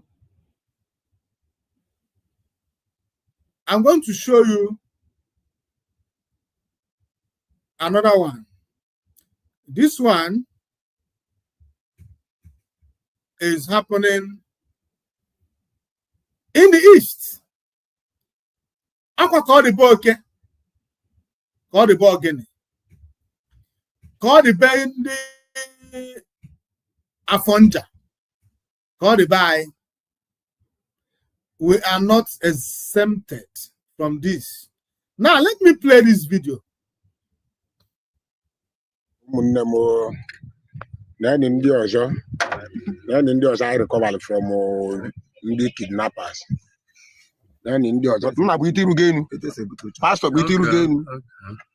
because Pastor, you can call balloon. I'm Pastor Godwin and I'm Pastor the Grace of God Mission Room. So, Ejamoro and the Equano American Ijosi Chineke, or plumber, Indian as Adamo Barocco, the one can see Batonia. So, we are digging a bem second word over Gonota, we are going to be more ice in Nachara. Nebe form Bedonia. A bound can be a rutena or chop. I guess in a Aquavia de Mapata. So, Cantoria machine and the moon walk. Some Tora was a machine about so far. So, 156. At was him. Can they ever on the book on the Fulani? There have been the Fulani they have. Macano and the outside man house. And not Fulani Kahana. So, we had to was a more was here. Ebemuna Hana Wana was also young Kahano, Kuzimu Shishi. Did you take notes? If you don't hear Igbo, I will explain after this video. But I want to take notes. If you don't know that he don't understand Igbo, you know when he mentioned Fulani. Remember the one that happened in the Middle Belt, it was Fulani. The one that happened in Yoruba land, it is still Fulani. Now this one is happening in the East. The same people, Fulani. This is Ananya frozen car. Anka. Because was in a lap. No food. I could never cool his phone man. Well, with the other was in my car to phone in mafia. So we sell them Gawazian in mafia and Bedonia. Rona Chineke, Mabel and the vigilante. Gibeon aside, and Ebani vigilante in the air. The vigilante Bariam. Fama when the Chineke soft apanum na Eviata. Makana Ukwego Kahane, Kunihaja, Bellum 50 million naira. So even platform in on there, you will go some people who will make a phone mother. So you will go Kumakia. So Manekanedri Chineke. And the vigilante barrier. Can you come back and vigilante barrier? I may want to call you. Half from us also Chineke Wonya Yaba who may go there. Makana found will be another direction. I know. But no, Mamma can you say we are managing who came over. They are doing a nice work, to be honestly. I guess also more in the way full moon and mundi cause almost it. So that's a chibu goes you know, eh? Yadrun number. Banu and you won't need to general or a carrier. Bia, can you do no book and do no book? On this. Can I put a luna back? Can you do ever? Eventually, there I be a Unya, I be a Unya, no, Nambede. I be a Locho, I be a Bute Mbala, I educate him. So I wear ban off ya or Chokwa, we would touch the Balana Patazi. I fuzia in the muddy, in the Falami be round. Face you two know I make some my own about also. So Bagdezi also wear the other. But wage down, Jidizian, I know I have a Siva, Basana, Michon, I Michon. fa yipta mu aneka wele lide na neka kechie mu na this guy n'aka kechikwu onye nke n'aka ozugbo ahụ nekwe pastor ka akpụ afta ọbala na-agbụ ya n'anya so fa akpụziala anyị sị anyị anyị ekwu n'okwu anyị mechie ọnụ anyị sịba fa akpụla anyị gagide onwe ebe balute basi n'ebe ka ba ya na wee gbuo anyị nọdụ ana ọtọ obere aka mmiri ezo mmiri niile zuo onu nwachala anyị so hotel obere aka fa akpụziala anyị gabazia na uncompleted building dị na ụzọ Igbalị Amụ ebe a nke anọzi na-emezi kọlụ a sị na ibe ya eji wee belu anyị na-atọ 5 million naira eji wee belu anyị hotels obere aka ndị vigilante wee bịazie fa wee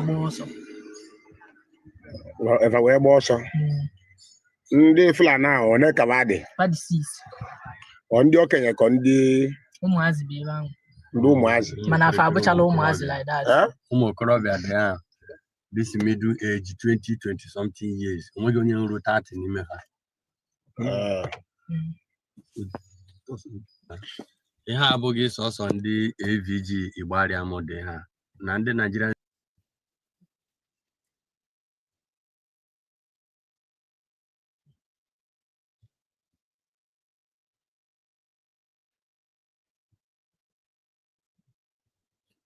Thank you. So the story is that these people, this thing happened in Ibariam or something. Or Ibariam, yeah. So this man said that he is a pastor. So when he went to work, when he came back, there was no food at home. So he decided to go to buy something or get a food maybe from the farm or something for the house. While he was there, he saw this man, the Fulanese terrorist, who accosted him, and while he tried to run away, they grabbed him. You saw his face, saw that his eyes, one of the eyes is closed and with the wound all over his face. Then that was how he was kidnapped. Then the three children, and when they kidnapped him, they demanded the sum of 15 million naira. Now, look at this man. Even if they keep this man for the next 10 years, would this man get 15? Does this man look like someone who had 15 million? He is ordinary pastor who is also a plumber. Where is he going to get 15 million to give to Fulani people? Why they were doing that? These children, they say they came from Isu and they entered the bush that linked the two communities. After getting whatever they got, the stick to play with, they were also accosted by these evil men. They ran away, and while they were running, they fell, and they captured them, tied their hands, and demanded the sum of 5 million from 3 of them. Look at these children. Where do you think their parents is going to get 5 million naira from? They kidnap both the children, the adults, the aged ones, anything that is a human being, they kidnap and they request for ransom. If the money is not given, the person is a goner. Now the question that prompted this video, this last one, because this is not just in our land, we are Ndi Igbo. At the heart, we they bring it for them to see, for the world to see. We don't know how to hide our own. Yoruba people may hide while the entire village are gone. You will not see one of them in this media. Same thing in the north. But when it happened to Igbo land, we want the world to see. So it is like a daily occurrence in our land. But why I want to make comment on this is that, where are those people Where are those people? When I say those people, I'm talking about the IPOB in Nigeria, Chike, those them, China Sanworu, and the rest of them. Where are they?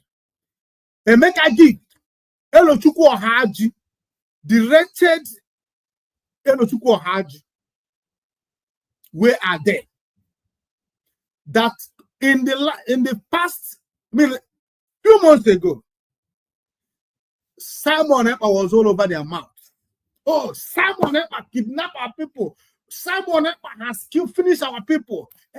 His one, his children, his agents, all over the bushes, kidnapping our people. Oh, where are they today? Oh, we have ESN. There is no presence of Fulani in our bushes. Where are the ESN?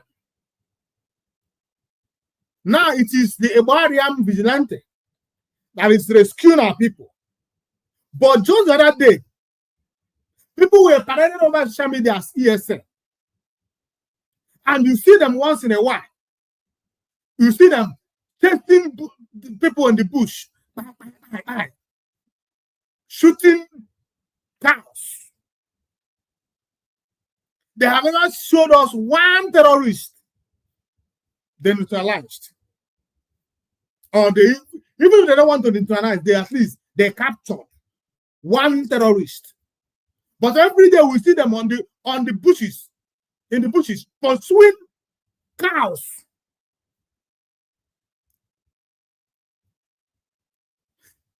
Where are those children, those Chinas and Woru and Elochukwu Ohaji and if Emeka Gift that made someone their own Biafra agitation that attributes everything, every evil, every kidnap, every Fulani attack in our land to Simon Ekpa boys and Simon Ekpa himself.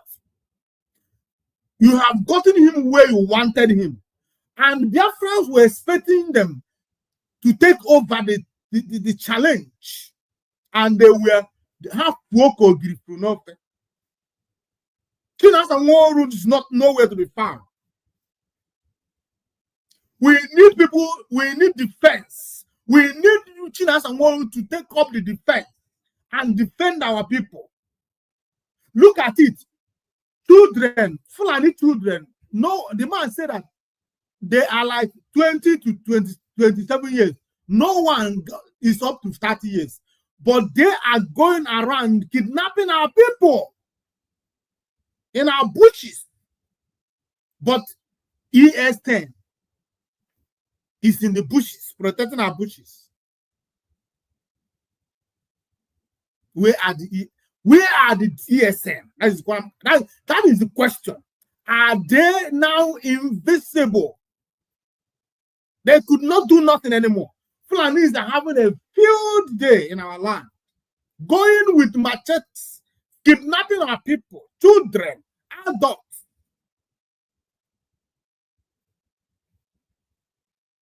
You have taken someone out of the way.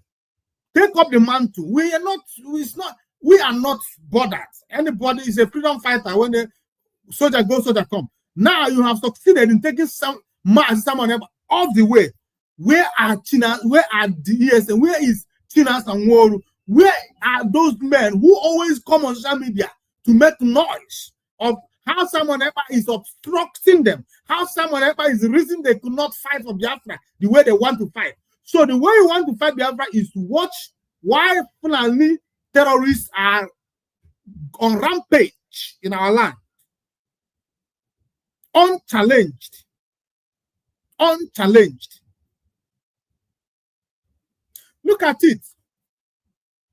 The Ebariam vigilante are the ones who rescued those men. Imagine if they did not timely come.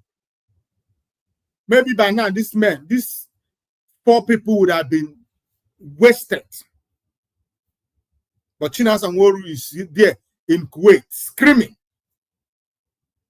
They are there shouting, jubilating, happy that those who are fighting, who are facing the battle, toe to toe are taken down.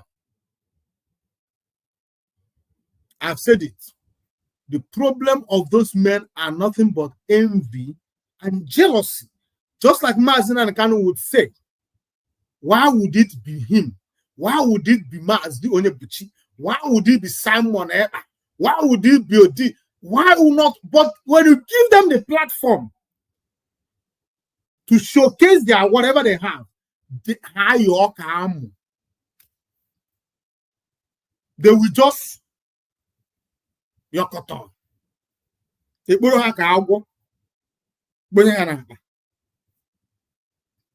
It's quite unfortunate. Look at it, our people have been kidnapped. Unchallenged. Chukwu Okeabiama brought these people out through the Ibarian vigilante. And as they continue doing the right thing, they will be protected. But I know that they are part of the problem in our land.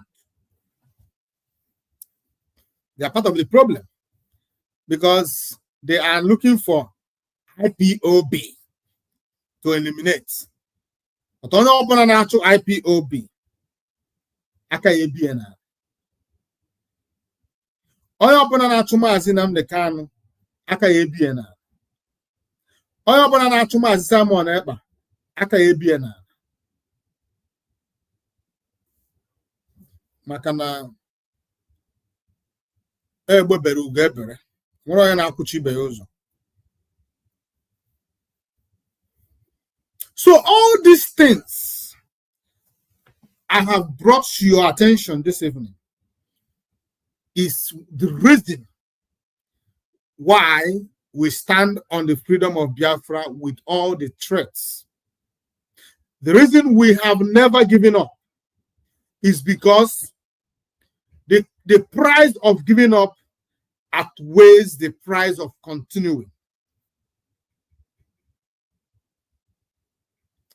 The place we are coming from is farther than the place we are about to get to. We are already at the point of finishing line. We have paid too much. A lot of a very mighty, insurmountable prices have been paid. Great men have fallen. Great women have fallen. Even children have fallen. So it is not in our interest, good interest to give up, to stop. No. We stand gidibam, unswayed.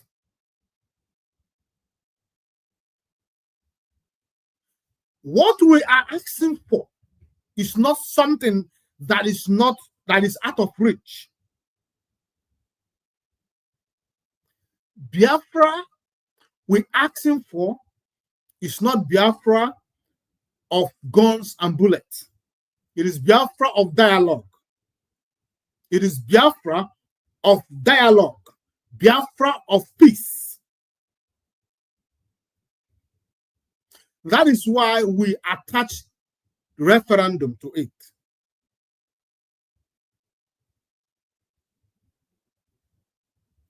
Nobody is willing to fight a war with anybody.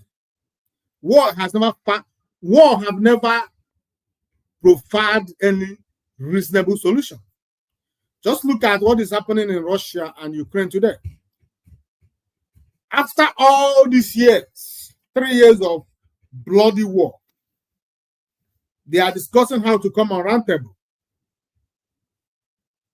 That is where it will end.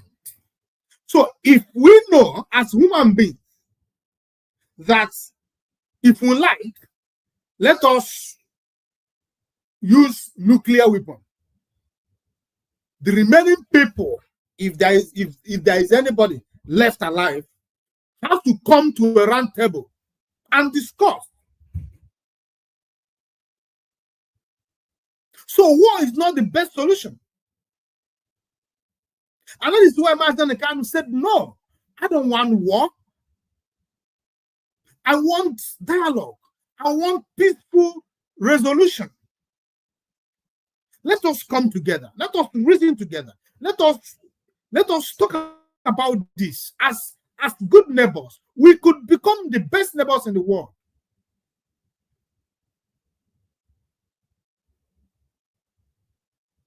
But the Nigerian British government kept pushing and pushing and killing and subjecting and subduing and suppressing and oppressing and annihilating our people for the singular purpose that over their dead body will Biafra be achieved. And why would you say over your dead body? Why?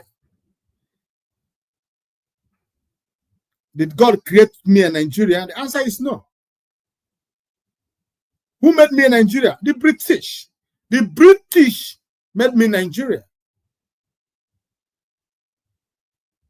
Through amalgamation of the northern and southern protectorates. That was how I became a Nigerian.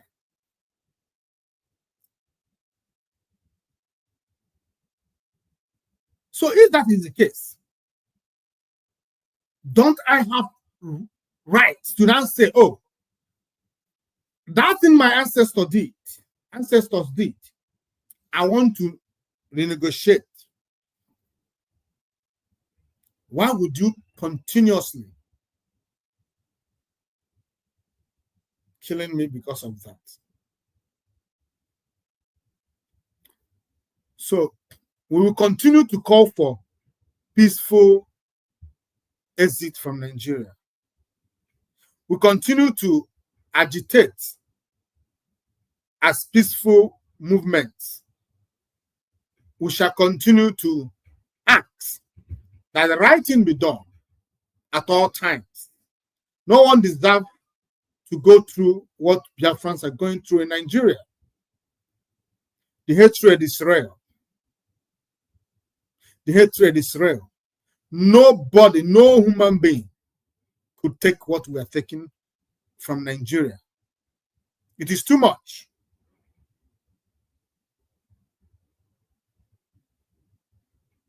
It's too much. So I want to call Yoruba people, go and rescue your brother. All these are funders that are busy jumping from one Biafran platform to another, telling us how we are not supposed to live, how we are not worthy to ask for a country of our own, telling us, reminding us how we are not human beings enough. Look at your brother. It's a disgrace to you people. A very big disgrace. A very big disgrace to Yoruba people. But I know that Yoruba people are shameless. They are not shamed. There's nothing shameful about Yoruba people. You can't shame a shame. You can't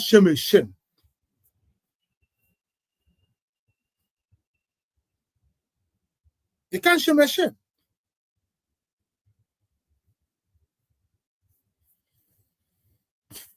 That was why when Babangida annulled the June 12th presidential election, won by Obama, and another Fulani man, Abacha, came, arrested the same Yoruba man, put him in prison, and assassinated him. Yoruba people did not do nothing. All that matters to them is presidency. Presidency. You ask Yoruba people. Obasanjo has been president for 8 good years. How did it affect you? Oh, Lagos State. They took everything and put it in Lagos State. Which other state could boast of anything aside Lagos. Yeah? After Obasanjo, today is Tinubu.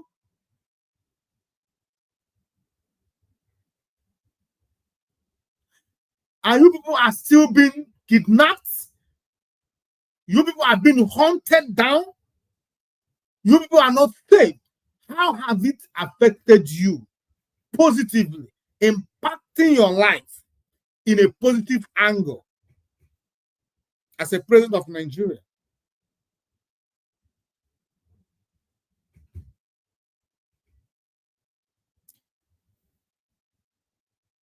Whether you like it or not, as a Yoruba man, whether you hate Ndi Igbo as a Yoruba person, it can never stop us from fighting for that which is us. Rightfully so. It is our right to agitate. It is our right to determine our future. We are not slaves like the Yorubas. Yorubas are slaves to Fulanis. It is there in open. It is there. But not in the Igbo, never. The Igbo are not slaves. We can never be slaves. We choose death over slave.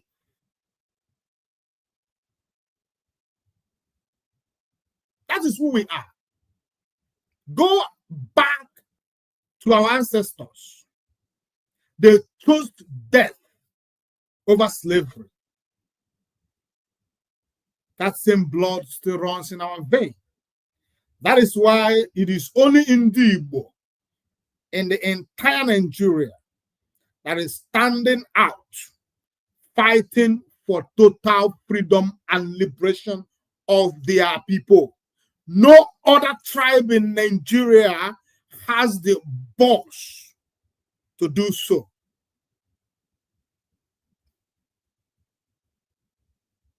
But the question is, why would it be problems to the Yoruba people?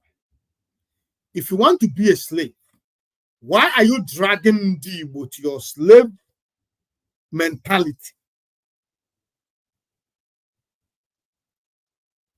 Is Chukwuokike now confused when he made you a Yoruba person and made me Igbo person? He could as well made us all Yoruba people. But he decided to make me, create me Igbo, and you Yoruba. It's a distinction. Go and remain on your own, so I remain my own. Fulani people are not actually the problem of Nigeria. I keep saying it. Aside the jihadist tendency of the Fulani people, they are better off. They are better than Yoruba people. A Fulani person, you see, that jihadist tendency is his problem. If Fulani people had a place they can call their own, it would have been better for them. You may not even see all these problems because they have a home, they have a land, they have a place that belongs to them. Their problem is that they don't have a place. And because of that, they are looking for places to take. And that made them the most dangerous people to live with.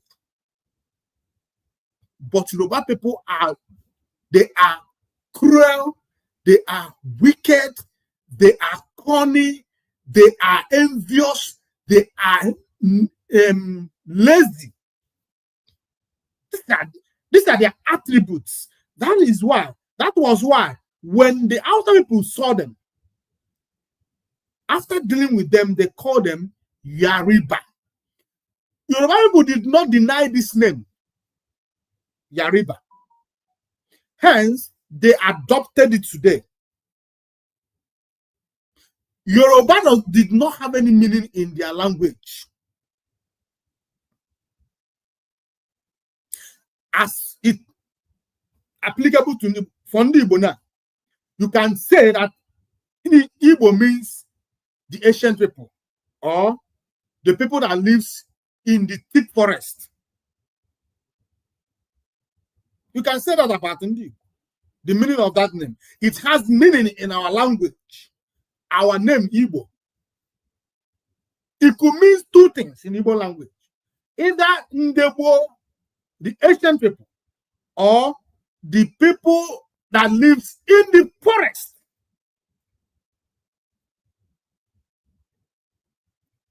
But what is the meaning of Yoruba in their language? It means nothing. Because it's not their language, it's a name. Just like we accepting to be called in Nyamere. In Nyamere did not mean anything in Igbo language. It is outside people that gave us that name. They address us as Nyamere because according to the story, they said that then when during the war, our people will be running when they meet them Nyamumiri. So because Ndausa don't know how to pronounce Nyamumiri, they now turn it to Nyamere. Do you understand it? That is where that Nyamere came from. Imagine us accepting to be called and addressed as Nyamere people. Is it not shameful? We are Igbo. We can never accept any name given to us by our enemies. But what happened to Yoruba people? They willingly accepted because that's exactly who they are.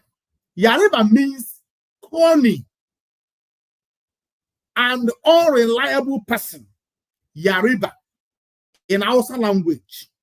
That was when they came across Yoruba people. After dealing with Yoruba people in several occasions, they noticed that these people are unreliable. They are not to be trusted. They now started addressing them. When they came, they would say, Yariba, unreliable person.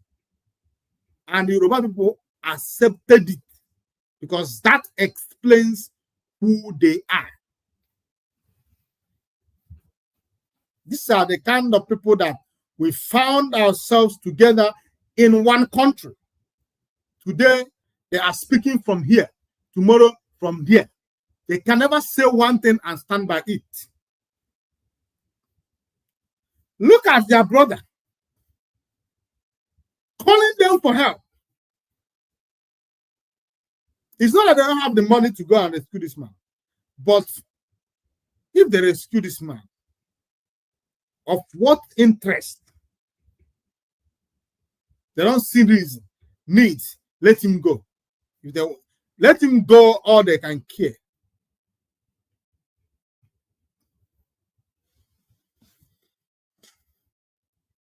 I just want you, as a Biafran, watching me this evening, to think about everything that I have said. Think about all the videos I've showed you. And now, conclude for yourself. If Biafra is not the only solution, then tell us what else is the solution. If Biafra is not the only survival means for you watching, for me, what then is a survival means for us?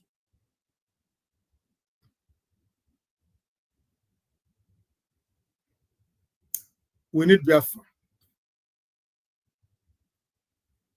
These men are regressive in nature. You cannot deal with someone who are regressive.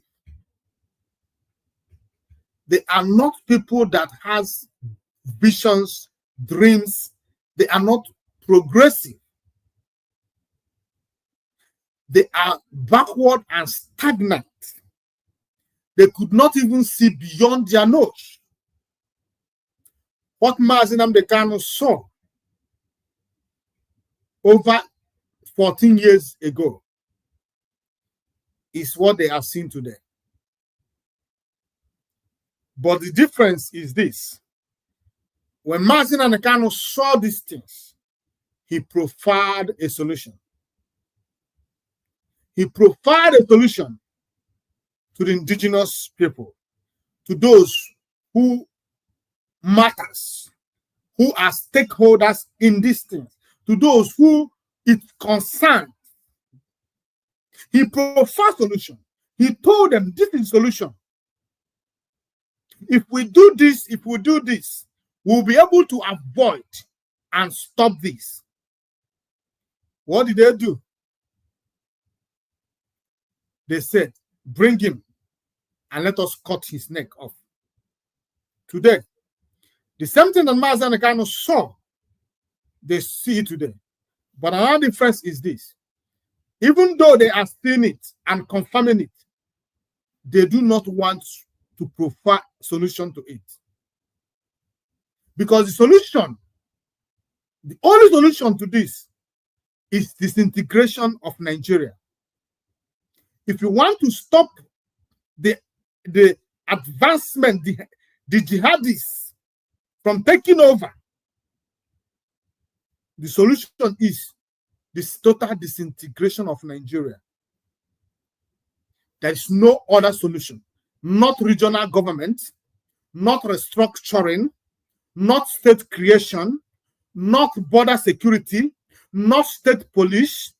None of these things is a worthy solution or a lasting solution to this problem. Do all these things today. In a few years, another more dangerous dimension will start. But if you split Nigeria, you will get them at the juncture that they don't want you to go.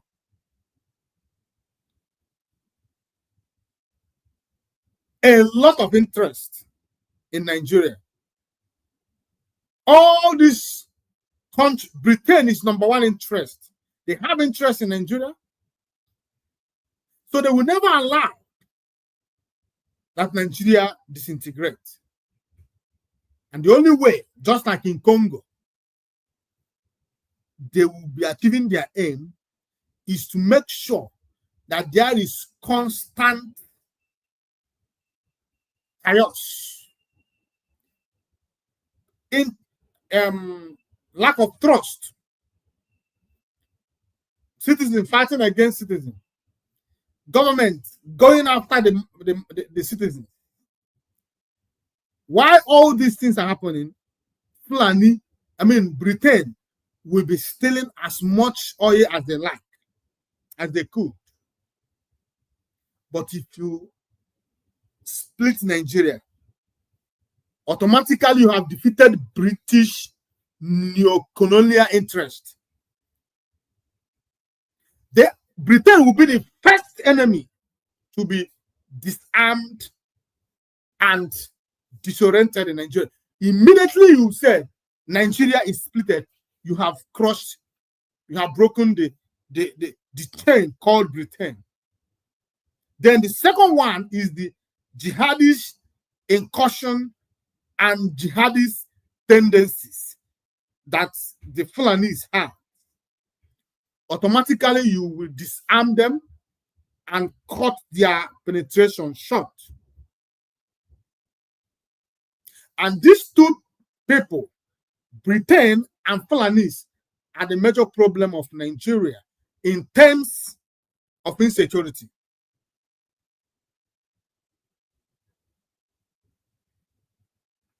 And the Yoruba people are the rope tying Nigeria.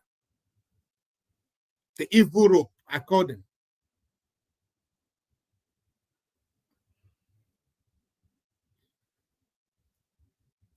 So think about all these things. Think about this and reach conclusion for yourself. I just gave you reason to continue fighting, reason to continue holding on, reason to continue believing. Don't be deceived. Don't lose hope. Don't for 1 minute think that Biafra is not the solution. Yes, I agreed. Biafra is killing us. But one thing is sure. If Biafra did not kill us, Nigeria will kill us. And if Biafra, if we continue to die because of Biafra, we have hope. But dying for Nigeria will be endless. It will amount to catastrophe. To die for Nigeria will never end.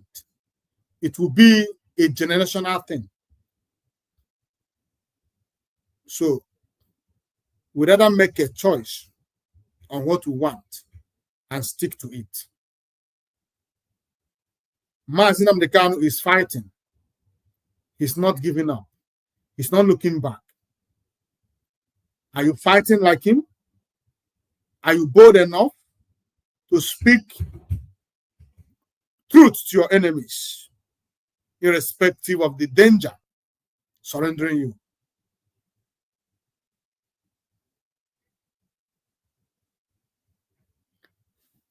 I thank you for your time. And I thank you for taking your time to listen to us this evening. And like I said, if you have not shared the program, share it.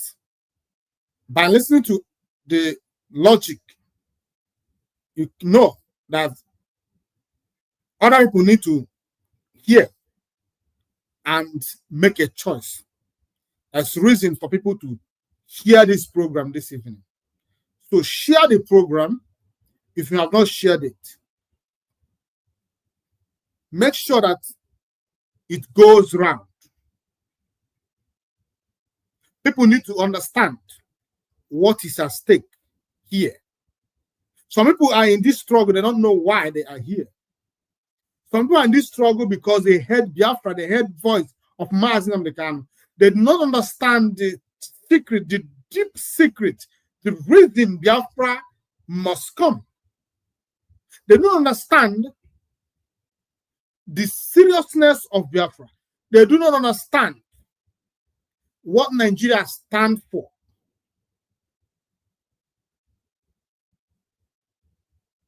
So, continue sharing this program and inviting people to this platform. This is the platform of our time. The only platform in the entire Biafra struggle today that still maintains the principle of preaching nothing but Biafra. No saga, no propaganda, no fighting, nothing. We don't use this platform to fight individuals. We use it to say things the way they are, to set the record straight. That is the reason this platform was created in the first place. Why, when this platform was created, there are people who were involved in creating this platform, but they have ulterior motive. They wanted to use us, this platform, to fight a perceived enemy. They wanted to use this platform to fight Mazi Simon Ekpa. But they didn't understand that we are smart and we understand what we're doing. So when they thought that they have gotten us here, they wanted to start controlling us, to tell us, oh, go after this person, go after. We said no, not why we are here. So we defeated that enemy. We defeated them completely. And today we are still here. And I want to thank everybody who made sure that we are online today. Most especially our coordinator, Mazi Innocent earlier. I want to thank you because you are the bone, the strong bone, the spinal cord of this platform. And you don't know that you don't know what Chukwu Okabiam had in stock for you. And also thank all the IPOB Cape Town units, family members who are also doing their own best contributing to make sure that we are here today. Those who put 20 rand, those who put 50 rand, those who put 100 rand, no matter the amount you put for us to be here, every reward is also coming to you. You are part of this. You are part of this victory. You are part of it. Your name will always remain as those who fought for this struggle. You are not just paying your dues. You're also paying for this media to be here today. May Chukwu Okike Abiyam grant you every desire of yours. And I know you want Biafra. Biafra you shall get. And you shall be alive to see Biafra. That is my prayer every day and night. That every one of us, genuine Biafrans, will be alive to see Biafra. I thank you so much for being part of this program, like I said before. And I continue to wish that our leader, Mazi Nnamdi Kanu, will be released. It is proven beyond every reasonable doubt that he is nothing but a freedom fighter who is innocent of all the illegal charges against him.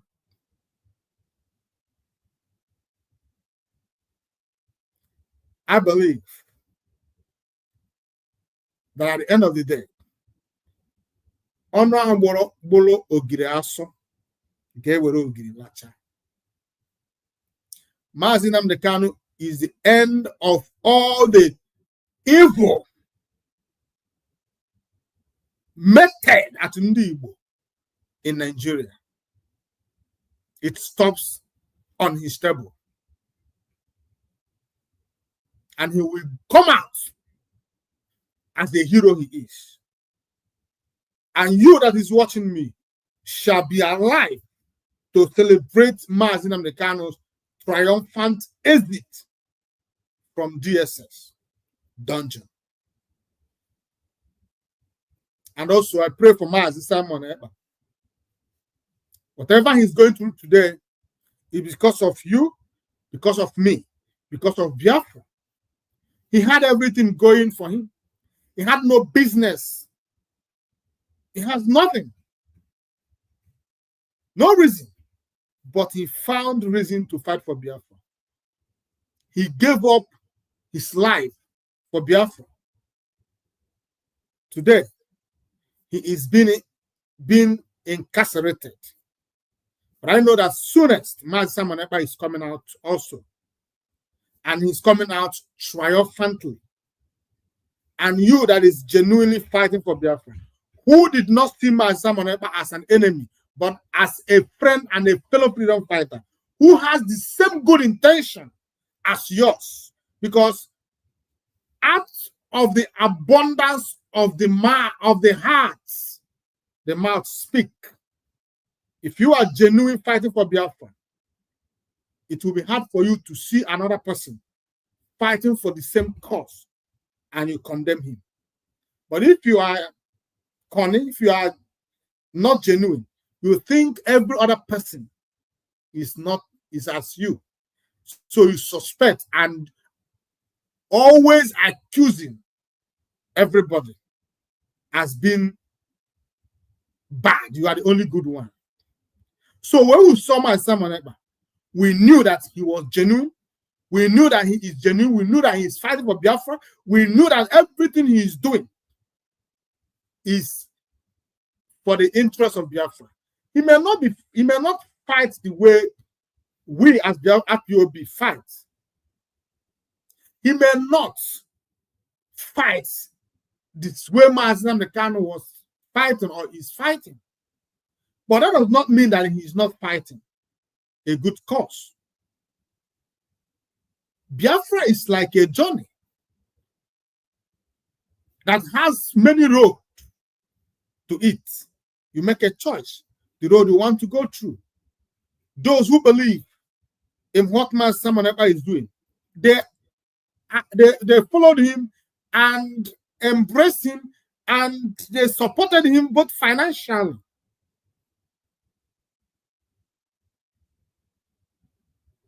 So I pray that he is going to also come out and all his enemies will be ashamed. I know that they are not ashamed. There's nothing to be ashamed of. Though you see all these enemies of Master Simon and Biafra, they are shameless. They are not ashamed of anything. So saying that they will be ashamed is just to talk. I know that Elochukwu Haji is shameless. The same thing Emeka give. The same thing, what is it called? And the rest of them, all of them are shameless. That is why it was very easy for them to jump from IPOB to Nigerian pressure group.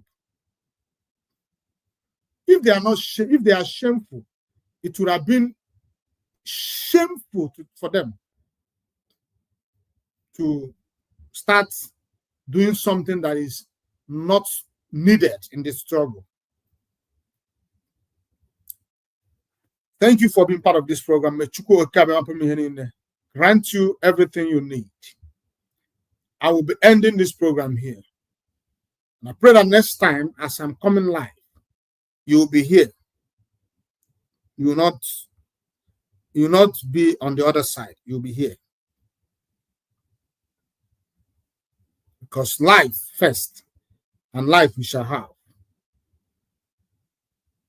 Thank you.